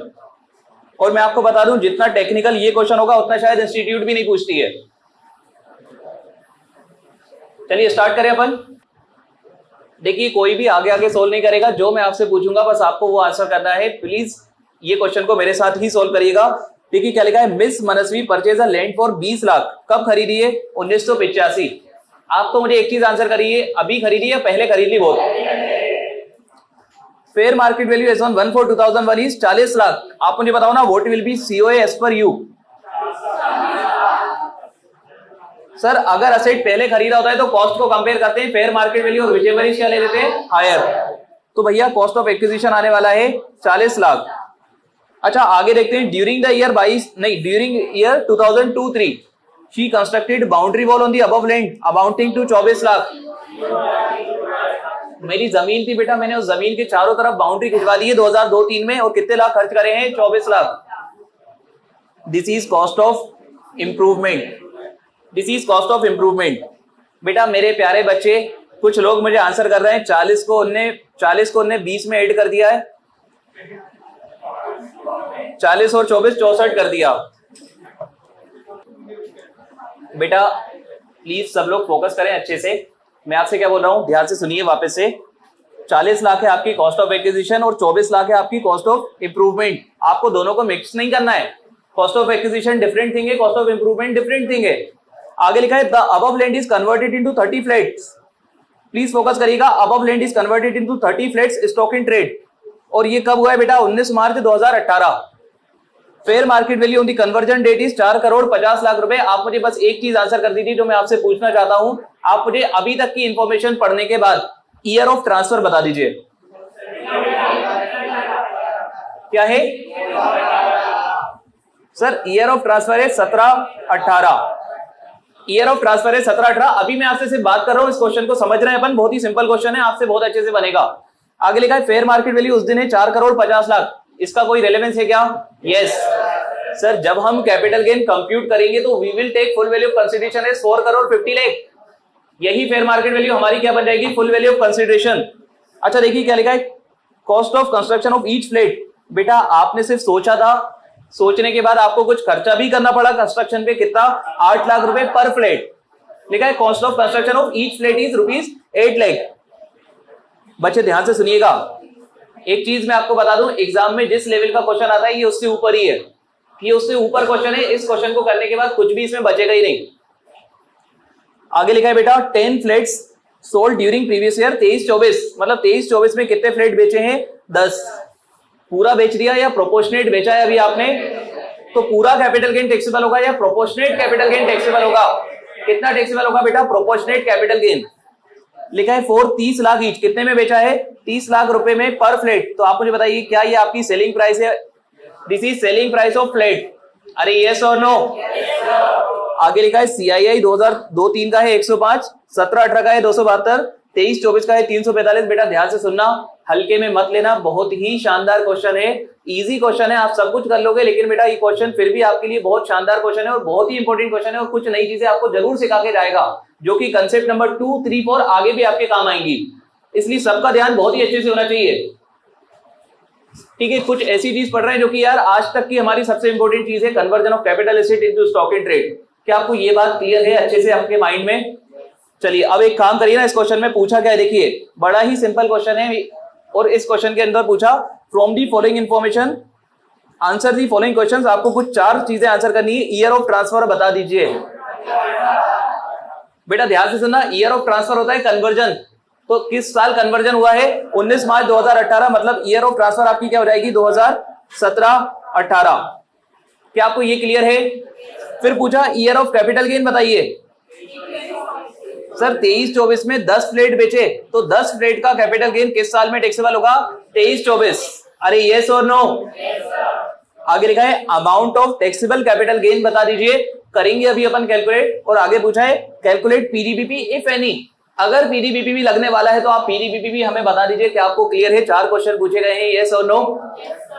चलिए अब बेटा ध्यान दीजिएगा, पहले क्वेश्चन का आंसर आप ऑलरेडी मुझे बता चुके हो 2017-18, और दूसरे क्वेश्चन का आंसर भी आपने मुझे क्या बताया? 2023-24, लेकिन कितने फ्लैट का? 10, है ना? आपने पढ़ा था कि प्रोपोर्शनेट वाले केस में आपको प्रोपोर्शनेट कैपिटल गेन टैक्सेबल करना है। अब बेटा amount of taxable capital gain compute करने के लिए आपको जाना पड़ेगा सेक्शन नंबर 48 के पास। और आप सेक्शन नंबर 48 के अकॉर्डिंग क्या लेते हो? सबसे पहले फुल वैल्यू ऑफ कंसिडरेशन कितना? 4.5 करोड़ रुपीस, 4.5 करोड़ रुपए आपका क्या हो जाएगा? Full value of consideration. अच्छा, इसके बाद आप इसमें से माइनस करते हो ट्रांसफर एक्सपेंस। बेटा ध्यान से सुनना प्लीज, अभी के लिए बस 2 मिनट के लिए कोई भी क्वेश्चन मत करो। आपके जो भी क्वेश्चन होने वाले मैं खुद आंसर कर दूंगा सबके। 2 मिनट के लिए जो मैं आपसे बोल रहा हूं आप कैलकुलेट करो। आप बेटा कैलकुलेट करोगे पूरे 30 प्लेट का। बच्चे ध्यान से सुनना, सुनिए मेरी बात। अरे कुछ भी कोई भी कंफ्यूजन हो, मैं आपको बता रहा हूं फुल एंड फाइनल आपको कितने फ्लेट का कंप्यूट करना है। 30 फ्लेट, बस बात खत्म। आप कितने फ्लेट का कंप्यूट करके दो मुझे? 30 फ्लेट। आप मुझे बताइए फुल वैल्यू ऑफ कंसिडरेशन कितना? 4 करोड़ 50 लाख। अच्छा, ट्रांसफर एक्सपेंस क्वेश्चन में 0 मेंशन है, तो नेट कंसिडरेशन कितना जाएगा बेटा? 4 करोड़। बेटा ध्यान से सुनना, इस क्वेश्चन के थ्रू मुझे आपको बहुत कुछ सिखाना है, तो जो मैं आपको अभी बता रहा हूं पहले वो करिए, फिर मैं आपको बताऊंगा सब कुछ। ठीक है, आपने नेट कंसिडरेशन कितना निकाला? 4 करोड़ 50 लाख। इसमें बेटा आपको माइनस करने को मिलेगा कॉस्ट ऑफ एक्विजिशन, लेकिन ईमानदारी से बताइए सीओए लिखूं या आईसीओए लिखूं? बहुत पहले एसेट खरीदा था तो क्या ही होगा? आईसीओए।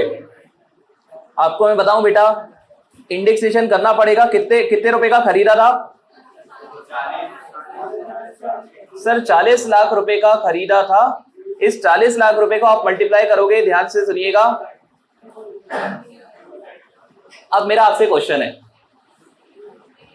प्लीज फोकस करिएगा। एक बारीक क्वेश्चन जो मैं आपको ऑलरेडी बता चुका हूं, लेकिन मुझे एक्सपेक्टेड है कि बहुत सारे बच्चे नहीं बता पाएंगे अगर मैं इंडिविजुअली पूछ लूं तो। बेटा यहां पर डिवाइड तो 100 से करना है, ये मुझे पता है। मल्टीप्लाई कैसे करना है आप मुझे बता दो।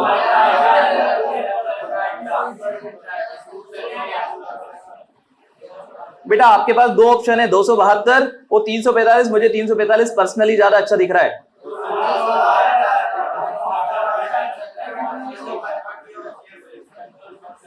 ध्यान से सुनना यार, एक होशियार बच्चे को पता है कि जब मैंने आपको इंडेक्सेशन करना सिखाया था तो ऊपर लिखवाया था ईयर ऑफ ट्रांसफर, नीचे लिखवाया था ईयर ऑफ एक्विजिशन। मैंने आपको क्या लिखवाया था? Year of transfer. आप मुझे बताइए ईयर ऑफ ट्रांसफर है क्या? 17-18।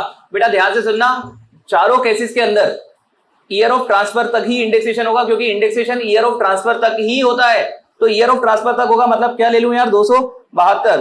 तो एक काम करिए, यहां पर 272 ले लूंगा, तो आप मुझे बता दीजिए कॉस्ट कितनी आने वाली है? 1 करोड़ 8,80,000। 1 करोड़ 8,80,000 पक्का करेक्ट है ये? अच्छा, इसके बाद बताइए बेटा, इंडेक्स कॉस्ट ऑफ इंप्रूवमेंट कितना करा था? 24 लाख। अगेन सर इंडेक्सेशन 272 तक होगा और 105। कितना? जल्दी से कैलकुलेट करके बताइए। अच्छा, मैं आपको एक चीज बता दूं, प्लीज कैलकुलेटर यूज करिए, कैलकुलेटर के साथ ही दिमाग चलता है। हाँ जल्दी से बताइए मुझे कितना? 62 लाख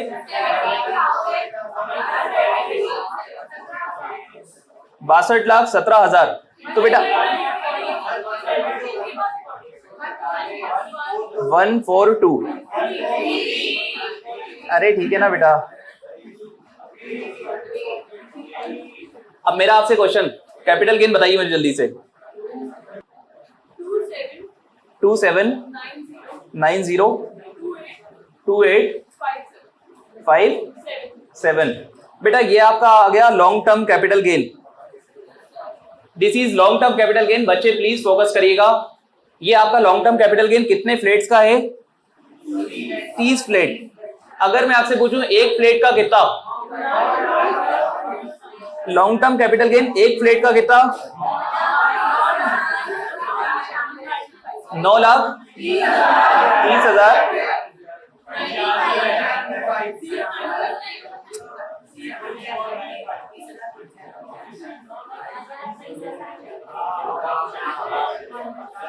ये क्लियर है?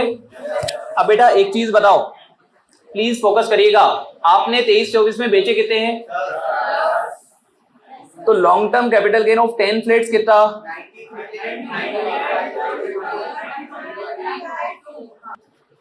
अब बेटा ध्यान से सुनो यार सब लोग, आप मुझे बताइए पीडीबीपी आप मुझे बताइए पीडीपीपी सेलिंग प्राइस। सर 30 फ्लेट नहीं, 30 नहीं बेचे बेटे,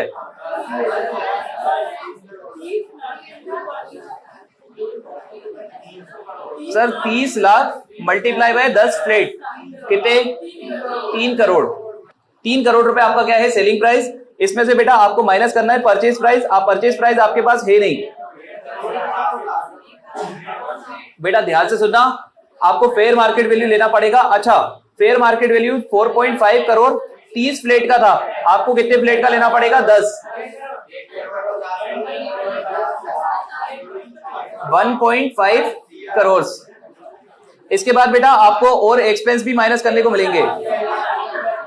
sir 10 flat multiply by 8 lakh 80 lakh, तो आपका पीडीपीपी कितना आएगा। सर पीडीपीपी आ गया 70 लाख रुपीस, पीडीपीपी आ गया है बेटा 70 लाख रुपए। अब प्लीज फोकस के साथ ध्यान से कुछ चीजें सुन लीजिए जो मैं आपको बताना चाहता हूं। आपसे मेरा पहला तो क्वेश्चन ये कि कैपिटल गेन किस साल आया आपका ये।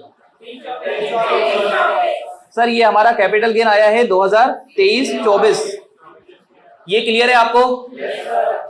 बेटा ये जो 70 लाख का पीडीपीपी आया ये भी किसी साल आएगा, 23-24। समझिए मेरी बात को, दोनों साथ साथ चलेंगे। कैपिटल गेन भी किस साल आया, 23-24, पीडीपीपी भी किस साल आएगा, 23-24। क्या आपको ये बात क्लियर है। अब बेटा ध्यान से सुनना, बहुत सारे बच्चों को जो आपके क्वेश्चन से मैं उनको एक एक करके आंसर करूंगा और बहुत इंपॉर्टेंट ये सब बातें।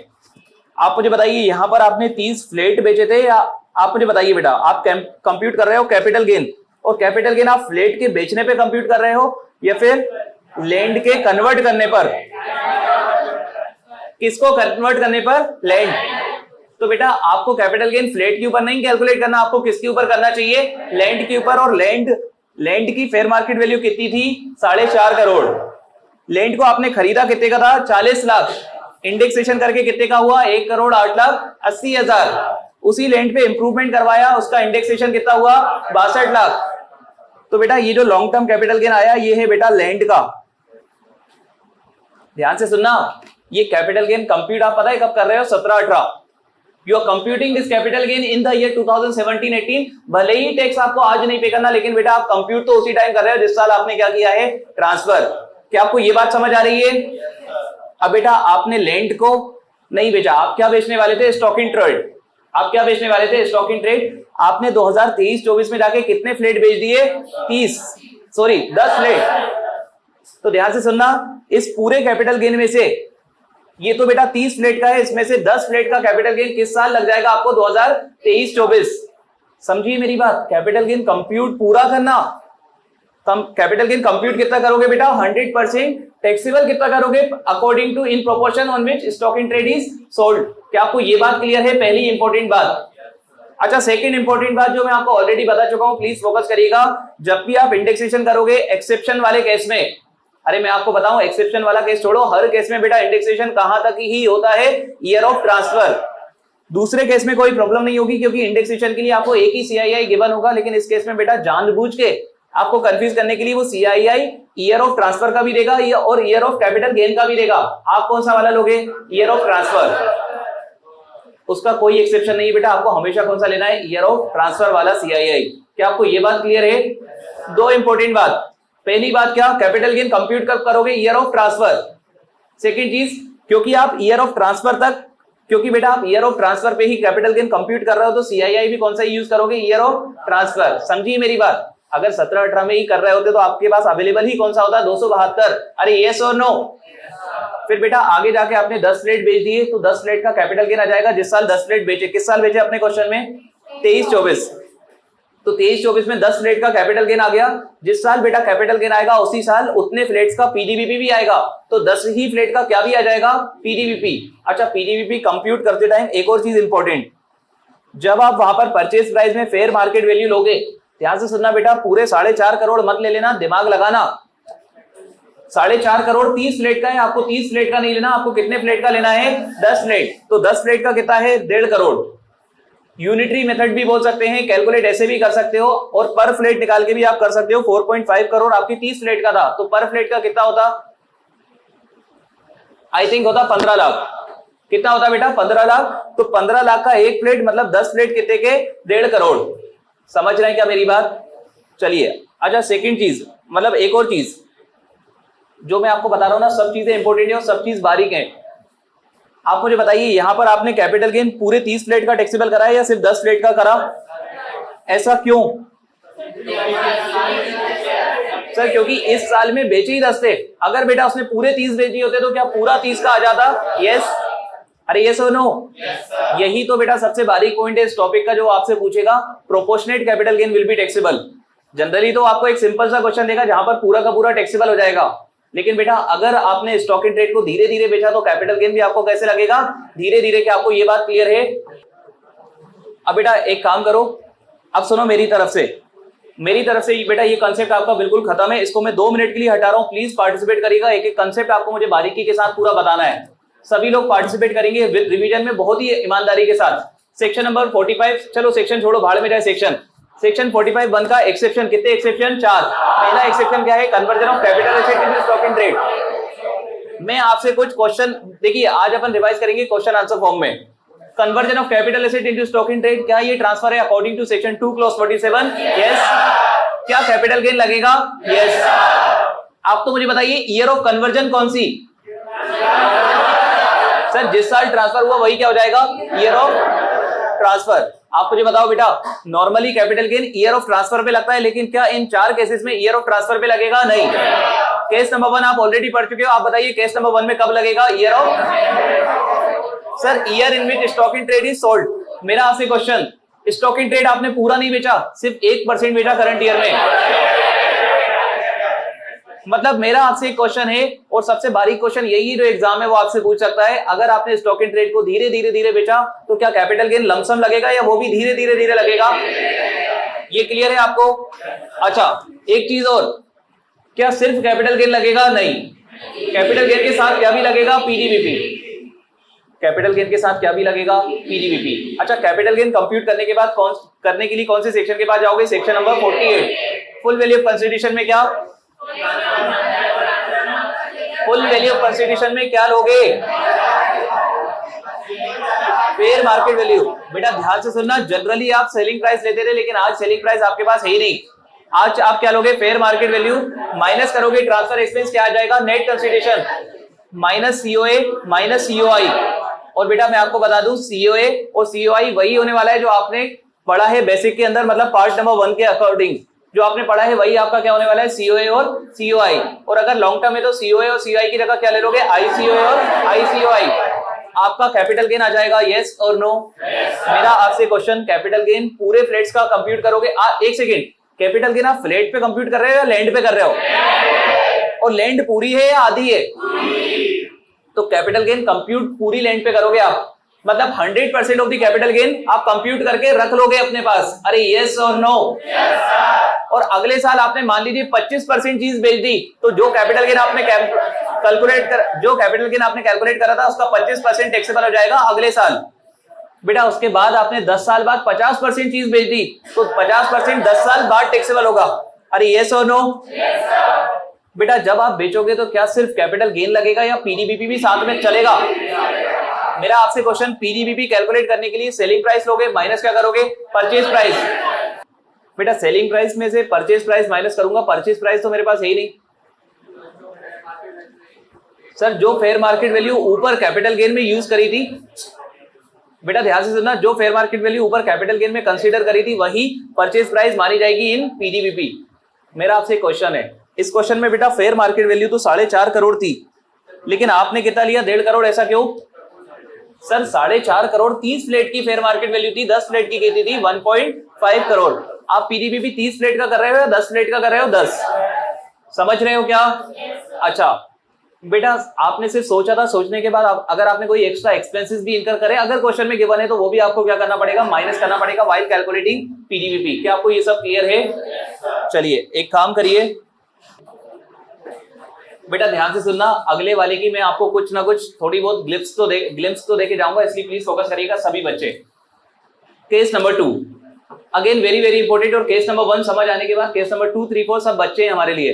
देखिए केस नंबर 2 का सिर्फ नाम देख लीजिए, आप क्या नाम है, compensation on compulsory acquisition under any law. Please सभी बच्चे फोकस करेंगे क्योंकि अगली क्लास में उन्हीं को क्रिस्टल क्लियर होगा जिसने आज फोकस करा होगा।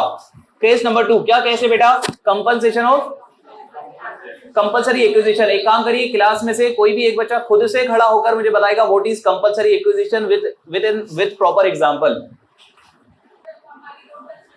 सर रोड बन रहा है, किसी का घर सामने आ गया तो अब रोड ऐसे मुड़ के हुए नहीं जाएगा बेटा, रोड तो सीधा चले जाएगा घर के ऊपर से, ऐसे ही होता है ना? अरे ऐसा ही होता है या नहीं? तो बेटा ऐसे करने के लिए आप घर, सरकार आपसे बोलेगी कि घर बेच दो, आपने बेच दिया तो ठीक, अगर नहीं भी बेचा तो क्या सरकार रोड को मोड़ लेगी? नहीं, सरकार बेटा जबरदस्ती आपसे घर को छीन लेगी। आपने ध्यान से सुनना बेटा, आप समझना मेरी बात, आपने घर बेचा नहीं है, आपका घर छीन लिया गया है। बैठ जाइए, आपने घर, बेटा प्लीज फोकस करिएगा, मैं आपसे क्या कह रहा हूं, आपने घर बेचा नहीं है, आपका घर क्या हुआ है, छीन लिया गया है। ध्यान से सुनना, क्या इस छीन लेने के बदले में आपको कंपनसेशन मिलेगा? क्या इस छीन लेने को ट्रांसफर माना गया है इन सेक्शन 2 क्लॉज 47? एक सेकंड, सेक्शन 2 क्लॉज 47 की डेफिनेशन जल्दी से एक बार। Section 2 clause 47, transfer include sale, exchange, relinquishment of asset, extinguishment of any right, compulsory acquisition under any law. Case number 2, compulsory acquisition under any law, मतलब क्या इसको transfer माना गया है? यस। और बेटा क्योंकि इसको ट्रांसफर माना गया है तो क्या कैपिटल गेन भी लगेगा? यस। और मेरा आपसे क्वेश्चन, क्या ईयर ऑफ ट्रांसफर पे लगेगा? क्या ईयर ऑफ ट्रांसफर पे लगेगा? नहीं। बेटा ध्यान से सुनो आप,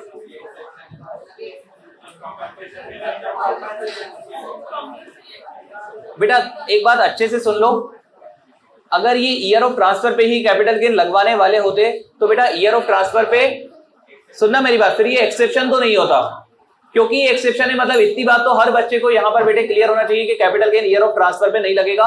बेटा मैं आपको बता दूं, सरकार आपको कंपनसेशन देने में हो सकता है 2 साल, 3 साल, 4 साल, 5 साल, 10 साल का टाइम लगा दे। तो यार ध्यान से सुनना, सरकार आपका घर जबरदस्ती छीन के ले गई, आपके पास जबरदस्ती छीन के ले जाने से पैसा थोड़ी आएगा। पैसा तो बेटा सरकार जब देगी जब आपके पास पैसा आएगा। यस और नो? तो आप मुझे बताइए ना, लॉजिकली कब कैपिटल गेन लगना चाहिए? जब कंपनसेशन मिल जाए।